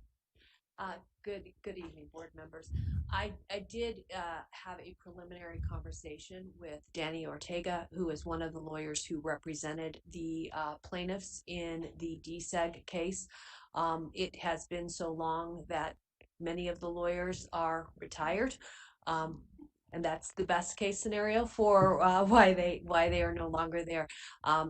So I had a preliminary conversation with Mr. Ortega. He said he would be happy to work with the district. Obviously, we need to reach out to the other lawyers who also represented the plaintiffs. There are a couple who, again, may be interested in still representing the plaintiffs. It's been a long time. It's been 21 years. And so we need to get that figured out. But in terms of the willingness to work with us to come up with a plan, given the situation, the circumstances, they are willing at least to have those discussions with us. And one other thing is, if we were to go the route of asking the court, although the situation will never be as compressed, the timeline would never be as compressed, we'd hope, as it is this year, simply because of the delays in getting the census data.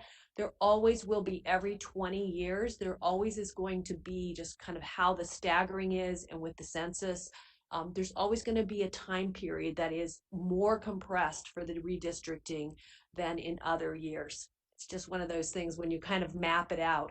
And so this may be something that we want to ask the court going forward again, if we run into this problem, to get kind of a dispensation now for those 20 years when obviously I'll probably not be around advising you, but maybe some of you will still be on the board. So just kind of looking forward, as long as we're going to go through this process, if assuming that's where you want to go, as long as we're going to go through the process, let's take care of some of the other issues that we might see with the DSEG order, knowing that things have changed and we now have a track record of moving forward with it and working with it.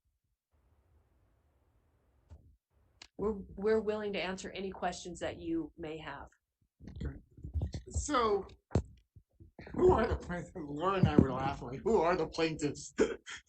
Yeah, the plaintiffs are basically. We probably know them all, but I don't remember their names off the top of my head. But probably the lawyers that we would be working with, Paul Eckstein and Lee Stein, were actually when I was a brand new associate at that law firm. They represented the plaintiffs long ago. They're still obviously both practicing law. Danny Ortega, many of the other lawyers are not around, but we would still want to reach out to at least some of the public interest groups that did represent. There was a group of, I'm going to say maybe 8 lawyers, 4 law firms probably, that represented the plaintiffs at the time. Is that Brown and Bain or not Brown? It was Brown and Bain. What is it? It's Perkins Coie now.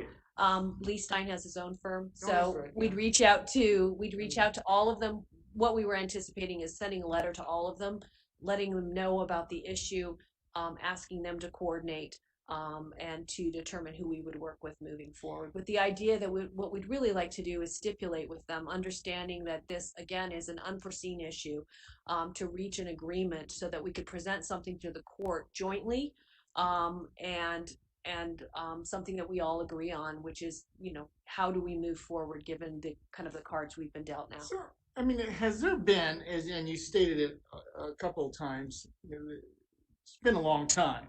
Things have changed. And what would be the process of going back to the courts and saying, wait a minute, look at our track record over, was it 21 years? 21 years. You look at the makeup of the board. I'm sorry, Senator, the one that's non-person of color for the most part being elected. That was primarily the focus, I believe, if I'm not mistaken. Is there any thought of going back to the courts and saying, maybe not, I don't know.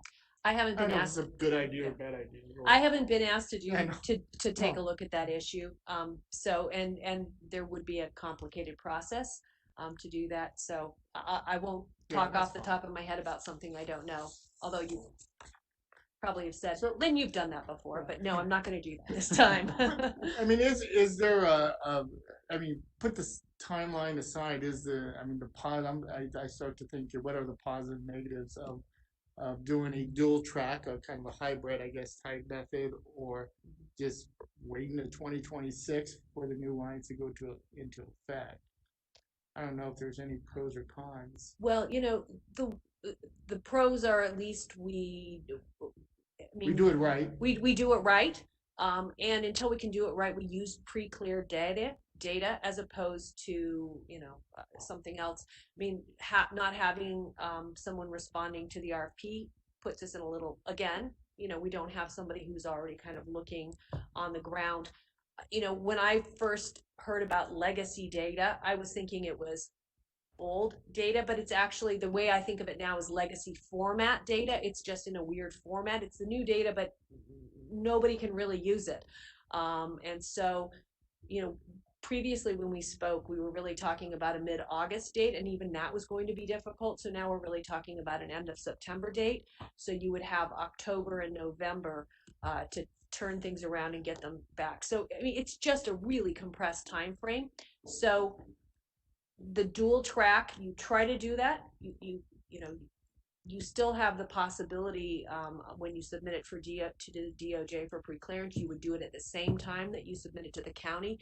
And the county's really looking for the data in early December, because they have a January 2nd deadline to establish the petition nomination requirements for the individuals who are going to run for those ward seats. So it's just backed up. So the dual track gives you, it's belt and suspenders. We'll try to do it this way, but if we don't, at least we have this comfort, and as I said, if we go down the path of trying to seek an agreement with the plaintiffs' counsel on some of these issues, there are other issues that we might want to clear up again and set a path for the district going forward. For maybe this isn't in effect for 20 years, but say 20 years from now, if it is, then you have a clearer glide path for how you move forward when you have a compressed time frame. I will add that in past years, and the last time this was done, it was delayed until the implementation of the map was delayed until the 4 years later. Yeah, so that's a terrific point, Ms. Fernandez. It's not without precedent. I never knew they redrew the Phoenix Union line. I always assumed it was set by the courts and this is it, or Department of Justice blessed it and that was it, and that's the lines. I never knew until Dr. G brought it to our attention. Yeah, and in the past, there were past times when the lines didn't need to be redrawn, but they do need to be looked at. So that's the kind of, they need to be looked at. Maybe they're set based on population figures. Maybe they're fine. So they might not need to be redrawn, but we have to look at them and examine them. Thank you. Ms. Straw? She answered my question. Oh, Thank you. okay. Ms. Pastor? That was my question, Lynn, was since we didn't gain in census, or we were anticipating to gain a lot, I guess we would look back at the other number, what the numbers were 10 years ago. I know we gained a little bit, but do the lines really need to move? By how much? Yeah, that's something we won't know, obviously, because it's not just kind of total population gain. It's dependent, and I'm an English major, so I'm not going to pretend that I understand all the statistics, but it isn't just dependent upon the population of the district as a whole. It's based on the ward population and the ward configuration. And so they might not change. That may be, hooray if they didn't change in a way, because we would look at them, you'd have it, we could, we would submit them, and it's less likely that we have any pushback on DOJ pre-clearance, and more likely that we're able to get it done by December 1st. But that's something that we have an obligation to look at every 10 years. I think it's your ward. Yeah, I was gonna say. I was gonna say that it's definitely my ward. Yeah. But my question is there an additional cost to run both concurrently? No. Okay. No. Honestly, I think we're gonna have to go to the court either way. And Okay. so, yeah. Ms. Parra?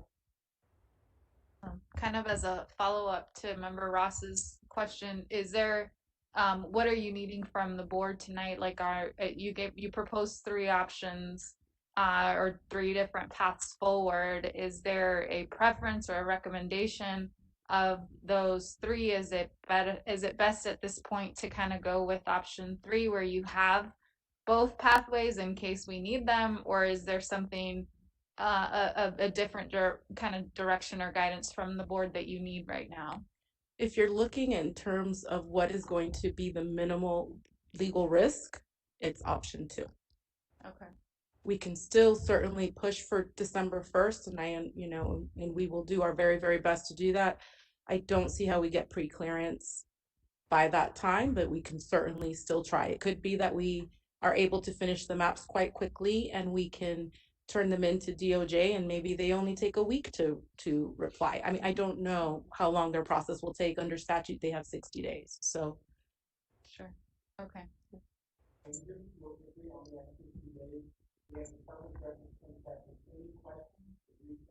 Oh, wow. Mr. Marquez? Yeah, I had a question about the RFP, and I know we put in some additional requirements. But I'm curious, what are the DOJ requirements for that RFP in our process, the community meetings, the number of community meetings we have? So we haven't set any number of meetings in the RFP document itself. That's been left up to your discretion. So you will be giving the consultant direction. I guess my question is, could we scale back the RFP to meet the DOJ requirements? So it's mapping and, the minimum number of meetings to get to the goal of December 1st. I don't think there's anything in the RFP right now that would inhibit a consultant from moving any quicker, if that helps. Okay. Yep. President Alston, members of the board, there was that one section that said at least, so I think that's probably what you're alluding to. Yep. But just because it's in the RFP, doesn't mean we couldn't scale that particular section back. That was just so that as they were bidding for the RFP or filling it out, that they had an idea of the expectation of the number of meetings. But we're again, board leads this process.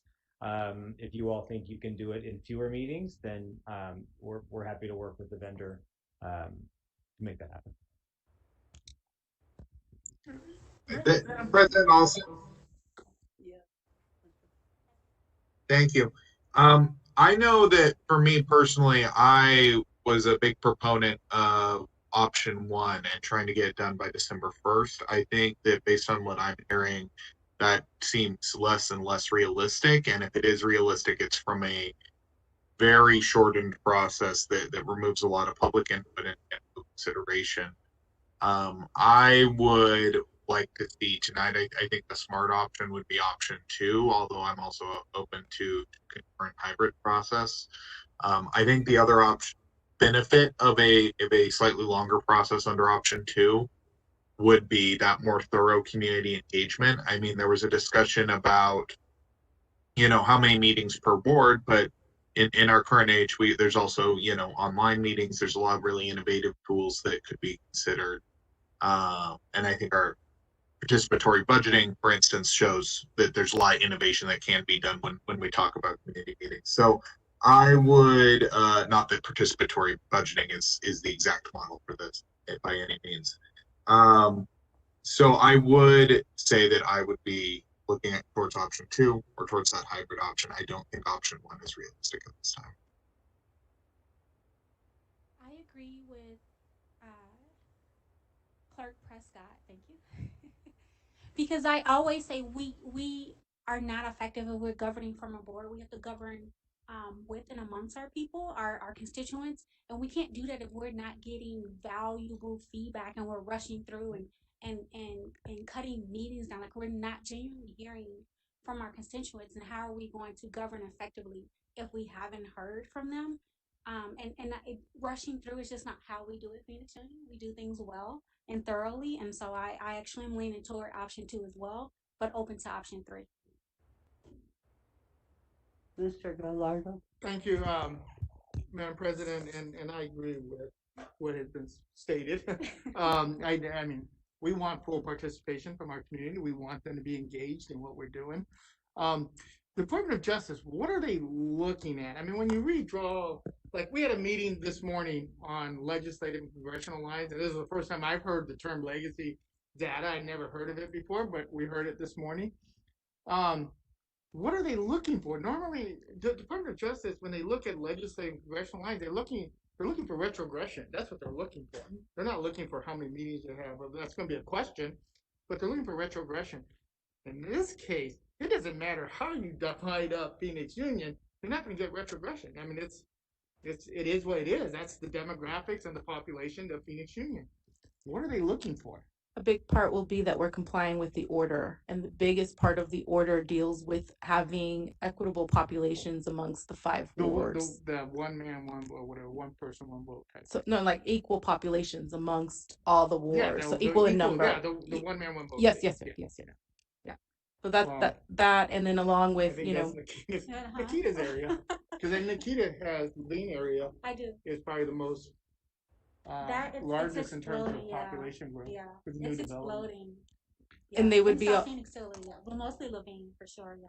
They would I'll be like, I'm comfortable, like I may be like, I'm gonna be impacted by this, but it's not like we're here to serve, and I can't be selfish and say, let's rush through it to try to save my seat or save myself. It's like, no, we need to do this fairly and equitably. So right, and they will be looking at the demographic numbers as well, because that was part of what was in the initial lawsuit that led to a desegregation order. Yeah, I think that's Ms. Fernandez is exactly right, which is you need to understand that we also have the requirements of the order, which overlay other requirements that might be for other types of redistricting.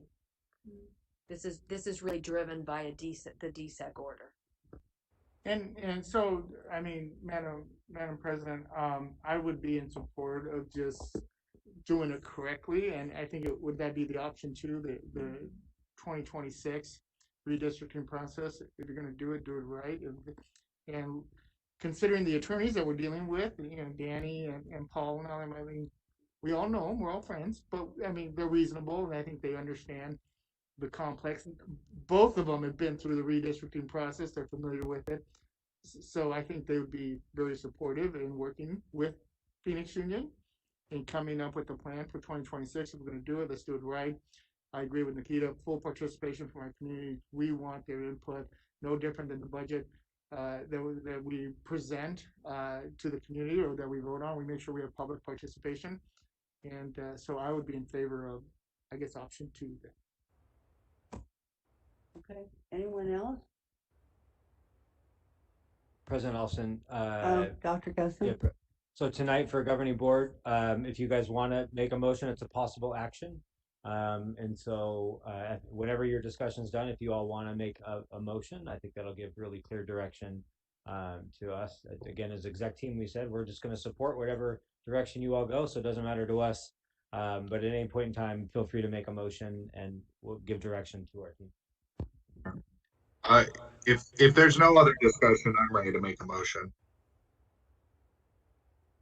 I make a motion that the board adopt option 2 is for the redistrict. Adopt section 2 made by Mr. Prescott and seconded by Ms. Ross. Is there any discussion, any further discussion of option 2? Madam President, many of us have been through redistricting many times, and I think when you look at redistricting, you're always looking for retrogression. You want to make sure that voters have the ability to select candidates of their choice.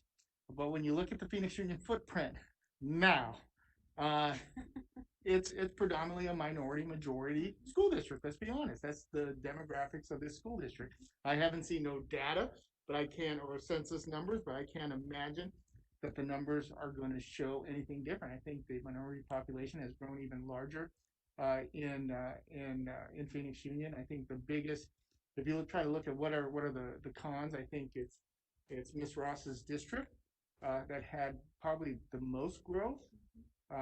Just serving on the board of supervisors and the number of new developments out there in the Levine Southwest Valley, that's where the growth is. So outside of that, I think would be the only negative part. But in terms of representation on the board, I don't think there's going to be retrogression at all, and that would be my only concern and Department of Justice, if it's the same pre-clearance process that they normally use, they're right. It takes 60 days.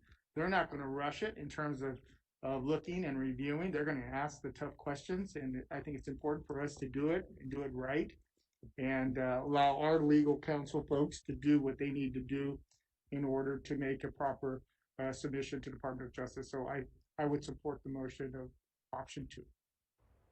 Ms. Parra? Anyone else? Okay, on the motion, those in favor, please indicate by saying aye. Aye. Aye. Those opposed, please indicate by saying nay. Any abstentions? The motion carries.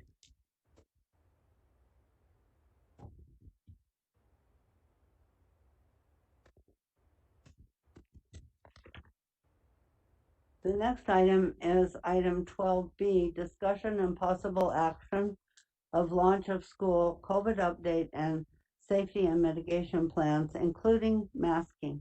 Dr. Geston. All right, good evening again, Governing Board. It's our last major item of the night. I'll try to do mine with the mask. For those in the audience, many of us are pulling our masks down. Makes it clearer for those who are listening online. So I'll try to do my best to speak clearly through my mask. Tonight, we're going to share a little bit about the launch of school this year.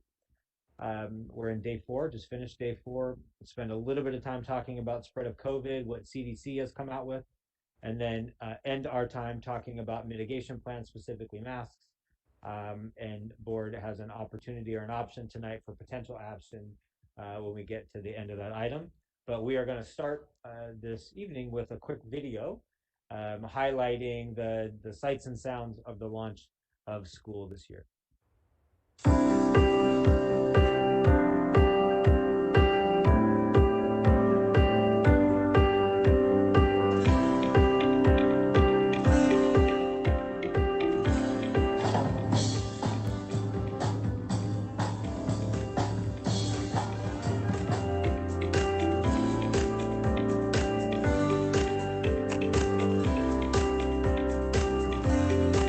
I'm excited to see the new teachers, my old teachers back in freshman year, seeing my new friends, everything. Just miss them, yeah.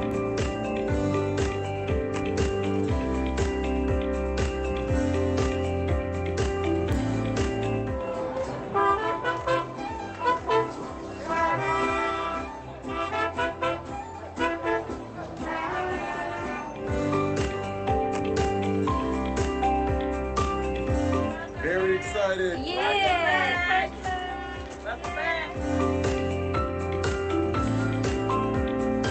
I'm most excited about being back to see my friends and, just get back into learning,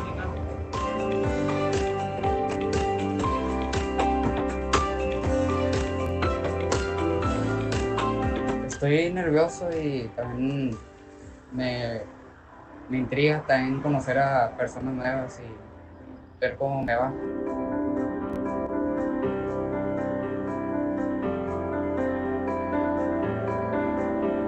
An amazing place to bring our kids back and start school again, start our programs up again, get kids back face to face with our teachers, and I think amazing things are going to happen.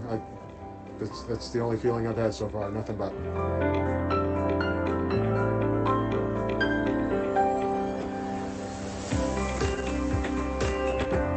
I'm hoping to have some normalcy, I guess is what I'm hoping for and expecting, so fingers crossed.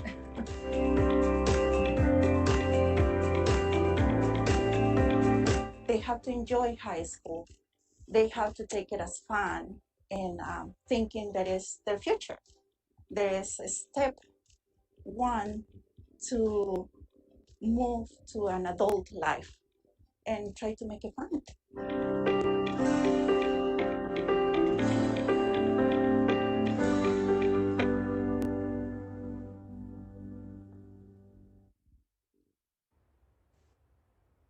All right, so that was just a glimpse into the sights and sounds, a chance to hear from some of our students. We're just going to share a couple more pictures. Also, this reminder that when high schoolers come back, they gather. We have large campuses, up to 3,000. But people are excited to be back. Our staff are excited to be back. at every different job family, whether that's admin, certified, classified education support professionals. Our students are super excited to be back. You see this need help shirt. I'm going to talk more about that next month. Phoenix Union in our strategic plan has a 10 commitments we've made to our community. Commitment 3 is all about freshman success. One way in which we have freshman success is that we onboard them and welcome them. And there's a really amazing program called Link Crew where we train upperclassmen on how to welcome freshmen and run programs for freshmen and run freshman orientation. And so you'll hear a lot more about that, but these need help shirts are things that you see. And wouldn't it be great as a freshman to just know I just got to find someone that has that shirt, any adult or a peer. So you'll learn more about our freshman success initiative. We plan to do freshmen better than any system in America over the next couple of years, and you'll hear that. As you know, we're doing masking. We're doing masking outdoors. We're doing indoors. You've seen a lot of pictures. Even when it's optional outside, you still see our kids and our faculty wearing their masks. Super important. Kids have told us they're so excited to be back. They just want to stay back. And finally, on this slide, I just want to point out the top left picture that we also do have our digital, our remote option. And we believe that those numbers will hit up to 700, maybe 1,000 students over the next few weeks. Right now, the formal enrollment's around 500, but more and more families are onboarding into that virtual option. Don't know with the spread of Delta what that means. Could be even more. And we're trying to build a flexible staffing model where that can go up or down for families that just want to stay fully remote. And as we come back, just a couple of reminders. Even though we've been in the middle of a pandemic, we are launching that new teaching and learning framework, the head, the heart, and the hands. We're starting with the heart and have done many trainings.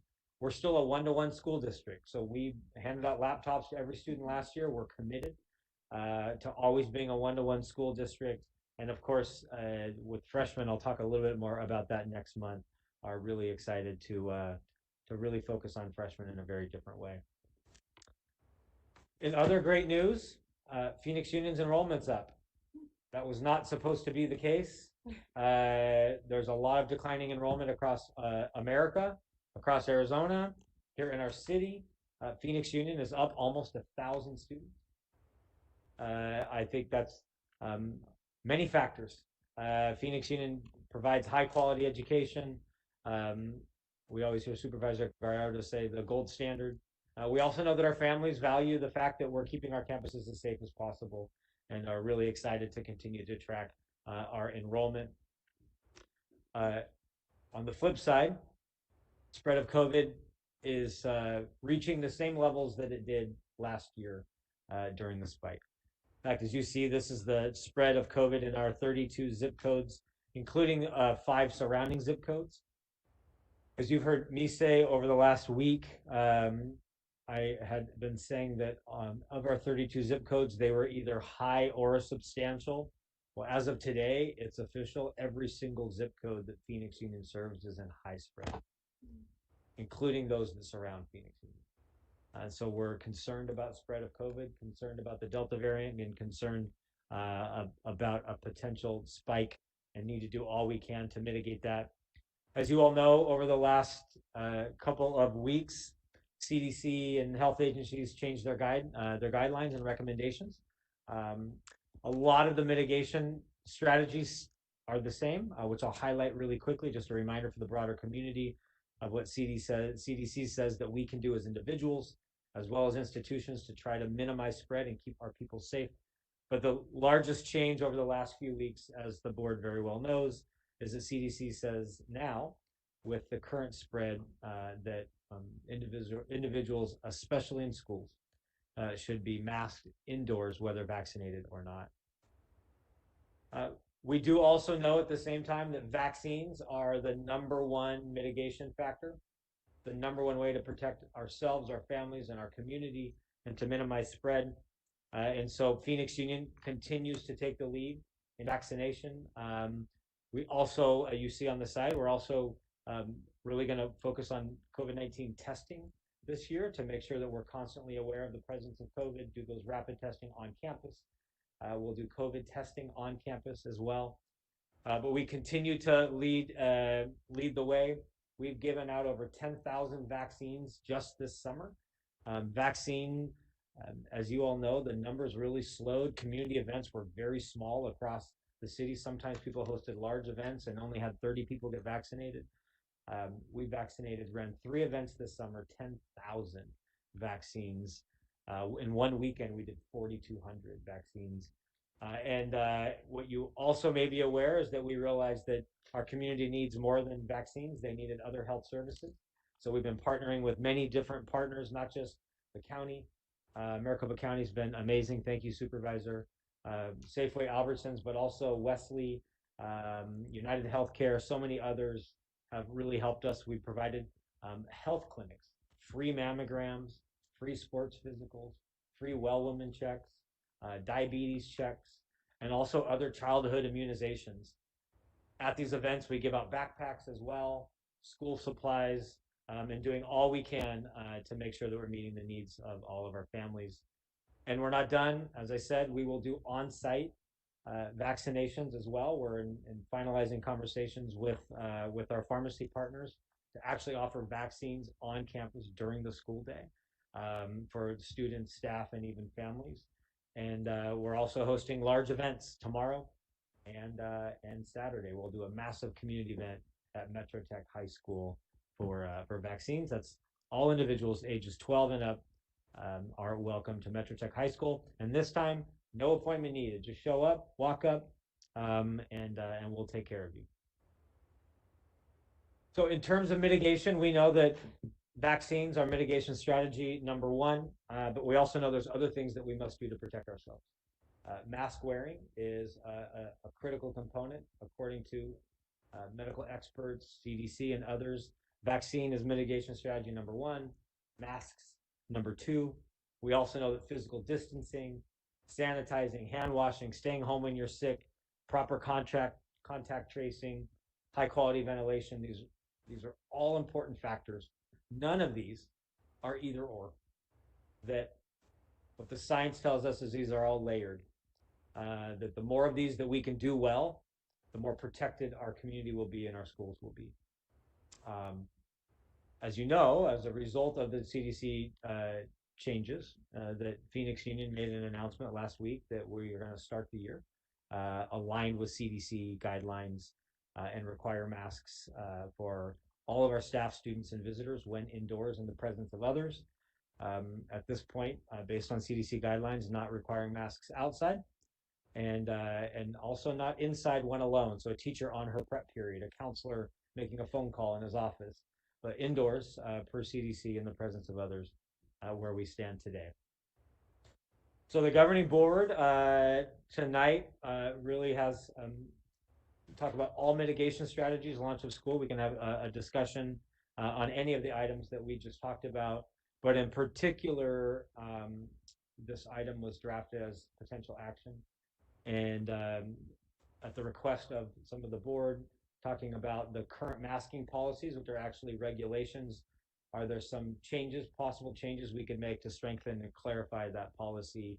And so at your recommendation, we bring to you what could be 2 slight revisions to our current masking policy.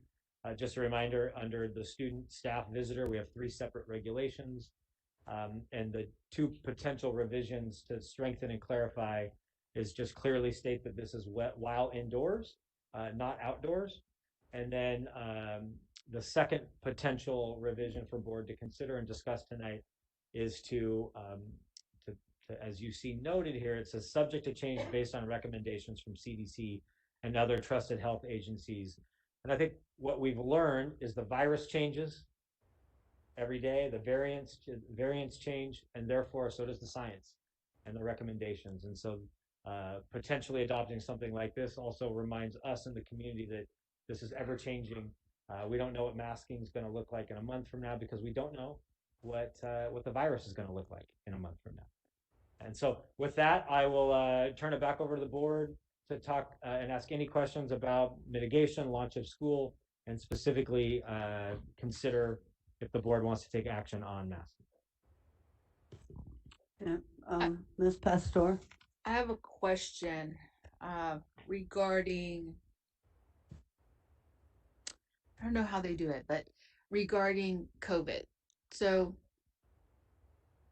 say my child has symptoms of a cold or a flu. The recommendation is not to come to school, but yet they can still participate in school in the sense if they're allowed to go virtual. And what I mean is, there were schools that you could participate, you could go to school, or you could be participate virtually in that classroom. My question is, do we have the ability to do that? And then secondly, I know it's difficult, but somehow we have to figure out for the future the ADM piece. Because what I was told, because my child she stayed home and then she participated virtually. However, because she was not a virtual student, yet she was in class, she wasn't counted as being present. So I know there's some state regulations, but I think we need to like look at that for the future, and maybe we be the champions of like of looking at that piece of saying, hey, if they're participating virtually and they're not there present, but they're on and they're participating, we should get that ADM.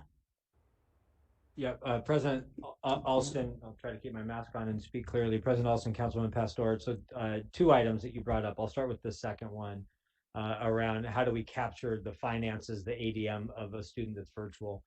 And you're right, it's complicated.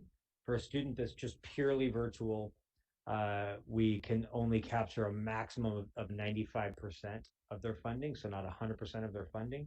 It's just how the state has calculated virtual learning.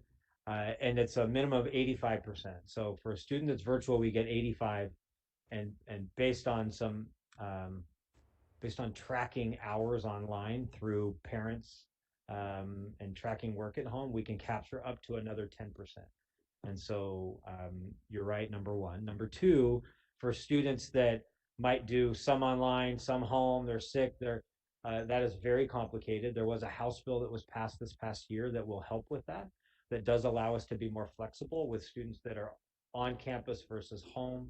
And so our team, Michelle and Thea, know very well. I can't remember the House bill off the top of my head, although, yeah, 2862. So those two had to memorize it and are studying that. So to your point, Councilwoman, Ms. Gales and Ms. Andrade are looking into how do we appropriately use the legislation there long term and be a leader in that particular area. And then back to your first question is, if a student's sick today and they go home, can't they just pipe in virtually? And so the answer is we're not doing that right now. And the reason is we don't have the technology built into the classroom at this point in time. So last year, because it was all taught on Teams, the teacher would sit in the classroom on the computer, kids were on their computer, but right now teaching's back live to the whole class.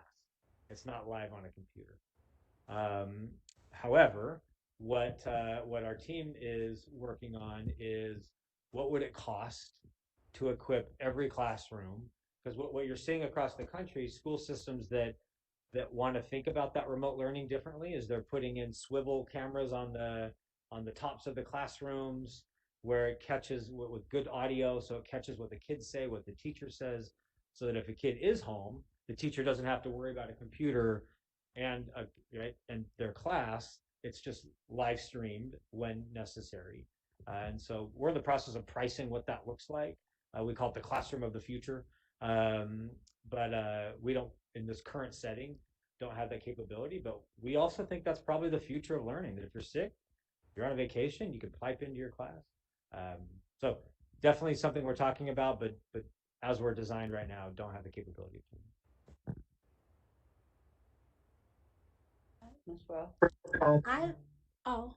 I love the idea of the classroom of the future. It sounds perfect ideally. My concern would be like, how do we protect our children's privacy right? And so, in a perfect world, everyone has great thoughts about children, but we know that's not the real world. So, how would we I just want to make sure that that is also at the forefront of our minds as we are thinking about moving into the future of how do we keep our kids safe, especially going online. And we know how many Zoom calls were hacked, right? When we were all Zooming. So just like that is like the first, I'm like, yay, but ooh, scary too. So I just want to make sure we're always thinking about keeping our kids safe. Yeah, President Senator Alston and Board Member Ross, you're absolutely right. In fact, school systems, even last year, that tried to do that hybrid, which we called concurrent teaching and learning, was met around the country with a lot of resistance. For one, it's tough for teachers to manage this idea of at home, but also the privacy and the protection and a lot of legal opinions across the country about how to do that well. So we don't have all those answers. We're just trying to gather what's the price, what's the cost, what are the implications. But we know we at least have to consider. And it's the same. Not to go into this discussion too much, but it's the same for kids that might need to be suspended, right? Maybe they just have to go home for 3 days for an infraction. Wouldn't it be great to be able to learn live while they're home, while they're stuff? So I think there are many uses. In fact, there's many districts across the country that have said once they can figure out technology, they want to really completely rethink suspensions as well. So we think it's at least a worthwhile discussion and plan, but it could be complicated and costly, but we're working on it. President Alston? Oh, yeah, sorry, Stanford. No problem. Thank you. Dr. Guest, I have a question for you. In the proposed language, there was a line, and I don't have the exact line in front of me, but it was in line with CDC or other public health agency guidance. I have some questions about that line in particular, if we were to consider it. The I obviously at the moment on the issue of masks, the CDC, the Arizona Department of Health, the Maricopa County Department of Public Health, they're all on the same line. If there were such a point where not, right? For instance, I think there was a point earlier this year where the county and CDC were measuring slightly differently. What would be the implications for our policy? I do think that it's worthwhile to bring our policies in line with what medical experts are recommending, but you know, if there was a difference, what would that mean in terms of that policy language? President Alston and Clerk Prescott. The reason why this was drafted this way, if board just wants to adopt it as just CDC and not other health agency, is because there have been times when, to your point, when the local county said, "Here's what CDC said. We want to take it one step further because we know the spread of COVID in these zip codes." And so that was kind of and sometimes a state has because of local information, is able to make a decision that strengthens the CDC guidelines. And so that was why that was in there. Not because they may contradict each other, but sometimes they complement each other because of the local spread. So that's why it's there. Again, we're happy to entertain either. I think that makes sense. I think then I would be curious what kind of mechanism we can build into the policy language to, you know, go between those. So maybe it's adjusting it so that it says exactly that we would follow CDC guidance unless local public health guidance, you know, gave a more gave a stronger mandate in terms of given the local situation. Dr. Gesson?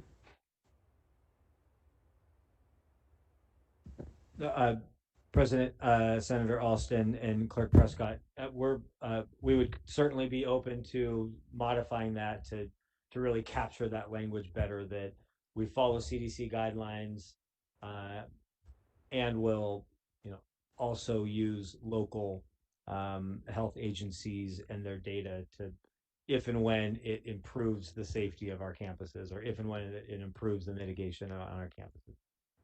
Ms. Parra? Thank you, Madam Chair, and Dr. Gesson, thank you for the presentation and the update. I just really want to highlight the fact that we are above enrollment where we were last year. I think that is such a huge deal, and really a cause for us to celebrate the fact that we have done a really great job. The system, its leadership, our employees have done an incredible job of inspiring confidence in our parents and in our community that we can protect kids, that we can keep them safe, that we can continue to offer an exceptional education here at Phoenix Union Schools. It is something that we as a board have been committed to, and really drilling down on our strategic plan over the last several years. And that enrollment in and of itself is case in point that what we are doing is working. And so I just really want to take a moment to thank you all and really celebrate your efforts, because I continue to be so proud of this system, because when every other neighboring school system is declining enrollment, we are increasing enrollment. We're inspiring confidence in our community. We are demonstrating leadership. We are keeping our community safe.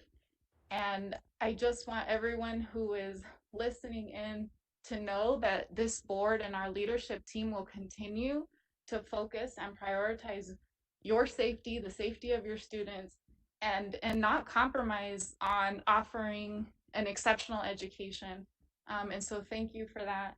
And then my final comment around the revision, I do support aligning our language with what the CDC recommends. So I would definitely support updating our local regulations that way. Thank you. Ms. Rowe?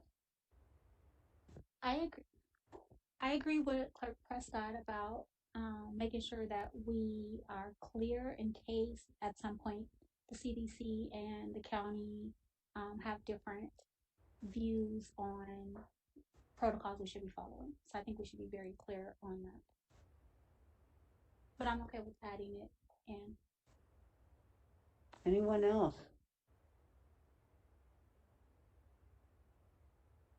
Mr. Gallardo? There you go. Thank you, Madam President. Real quickly, two things.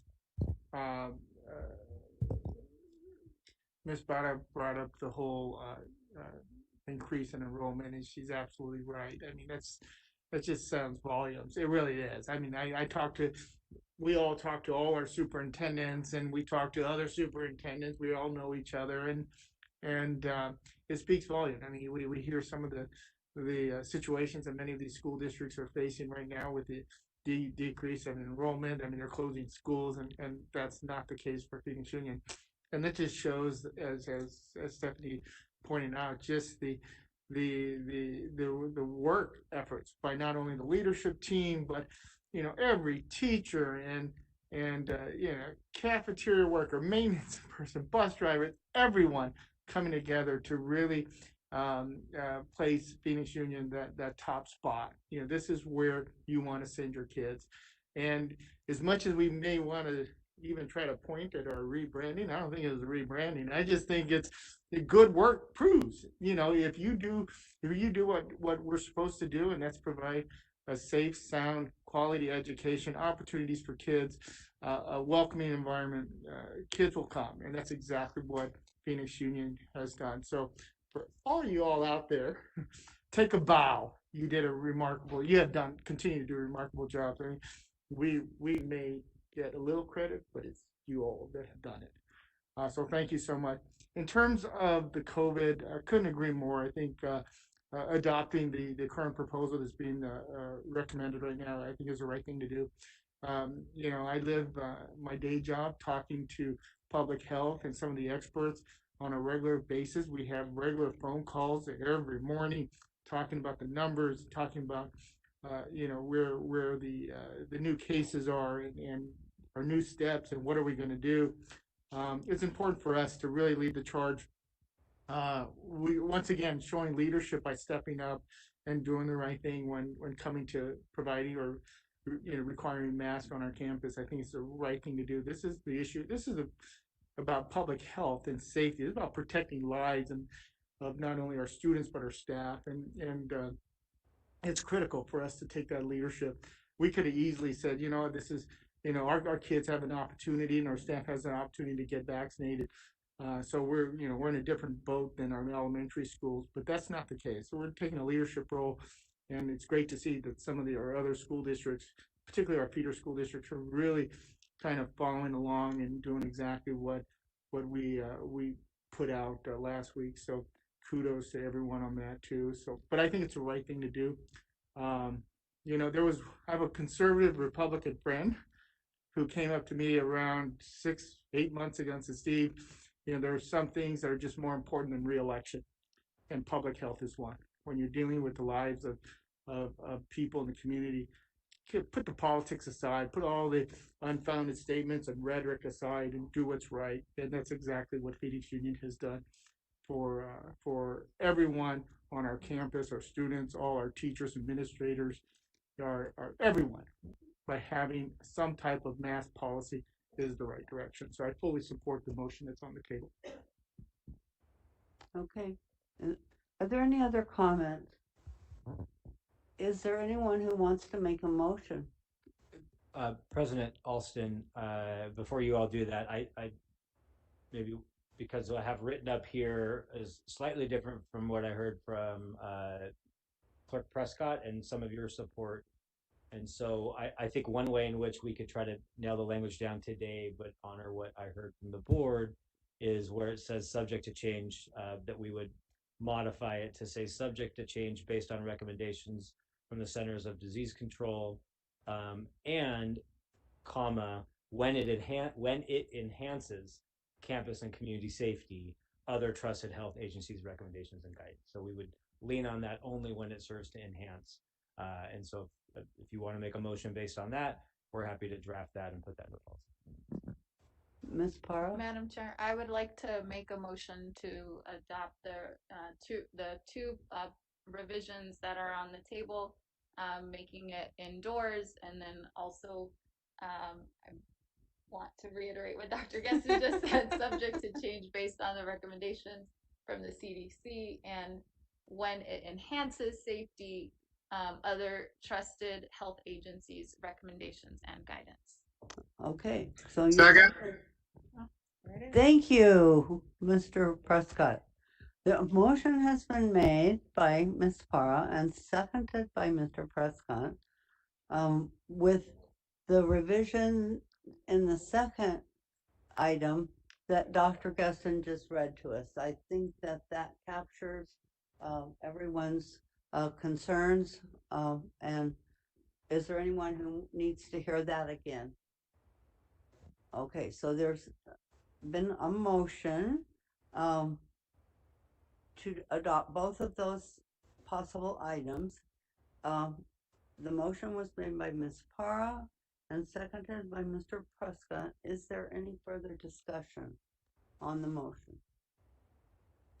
On the motion, those in favor, please indicate by saying aye. Aye. Aye. Those opposed, please indicate by saying nay. Any abstentions? The motion carries.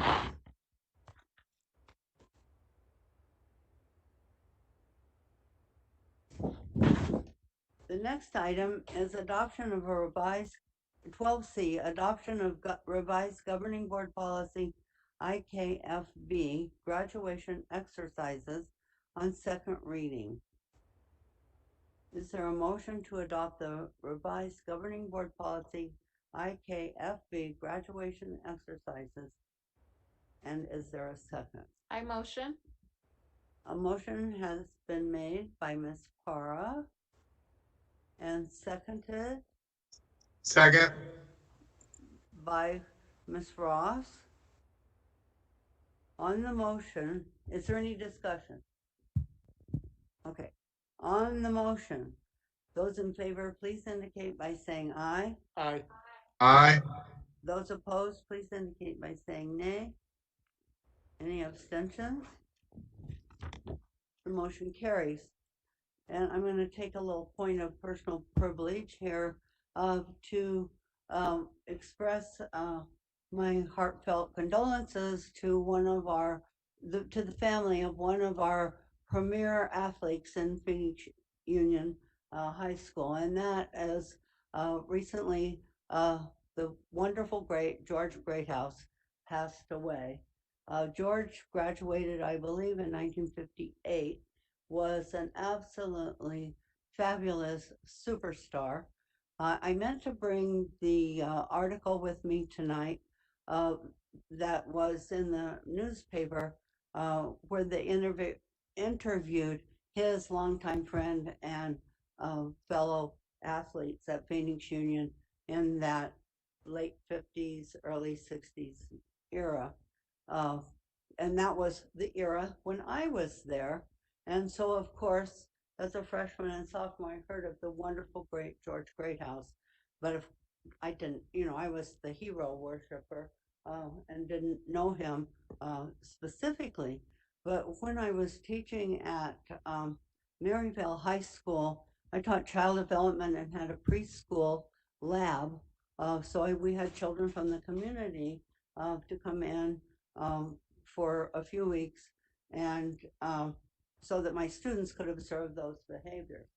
Well, one year I had this darling little boy come in and his name was George Greathouse. And I thought, oh, this must be the son of the football player. And turned out it was his grandson. So I, I thought it would be his son, not his grandson. But George also had a very famous barber shop down on Washington, or Jefferson, I believe. And so, he was a contributing, wonderful member of our community for a long time. And if I remember at our next gathering, I will bring that article because it is fascinating. He started school at Carver and then came over to Phoenix Union after 2 years at Carver and then finished out at Phoenix Union. So I just wanted to make mention of that because I think it's really important for us to honor and remember our history and those really remarkable individuals who have made us what we are today. So the next item is item 13A. The next regular meeting of the governing board is scheduled for Thursday, September 2nd, 2021 at 6 p.m. Item 14A, motion to adjourn. Having concluded our business, is there a motion to adjourn and a second? I motion. Second. Okay, a motion has been made by Ms. Ross and seconded by Mr. Prescott. On the motion, those in favor, please indicate by saying aye. Aye. Those Aye. opposed, please indicate by saying nay. The motion carries. We are adjourned. Thank you all. Have a good night, everybody. Good night.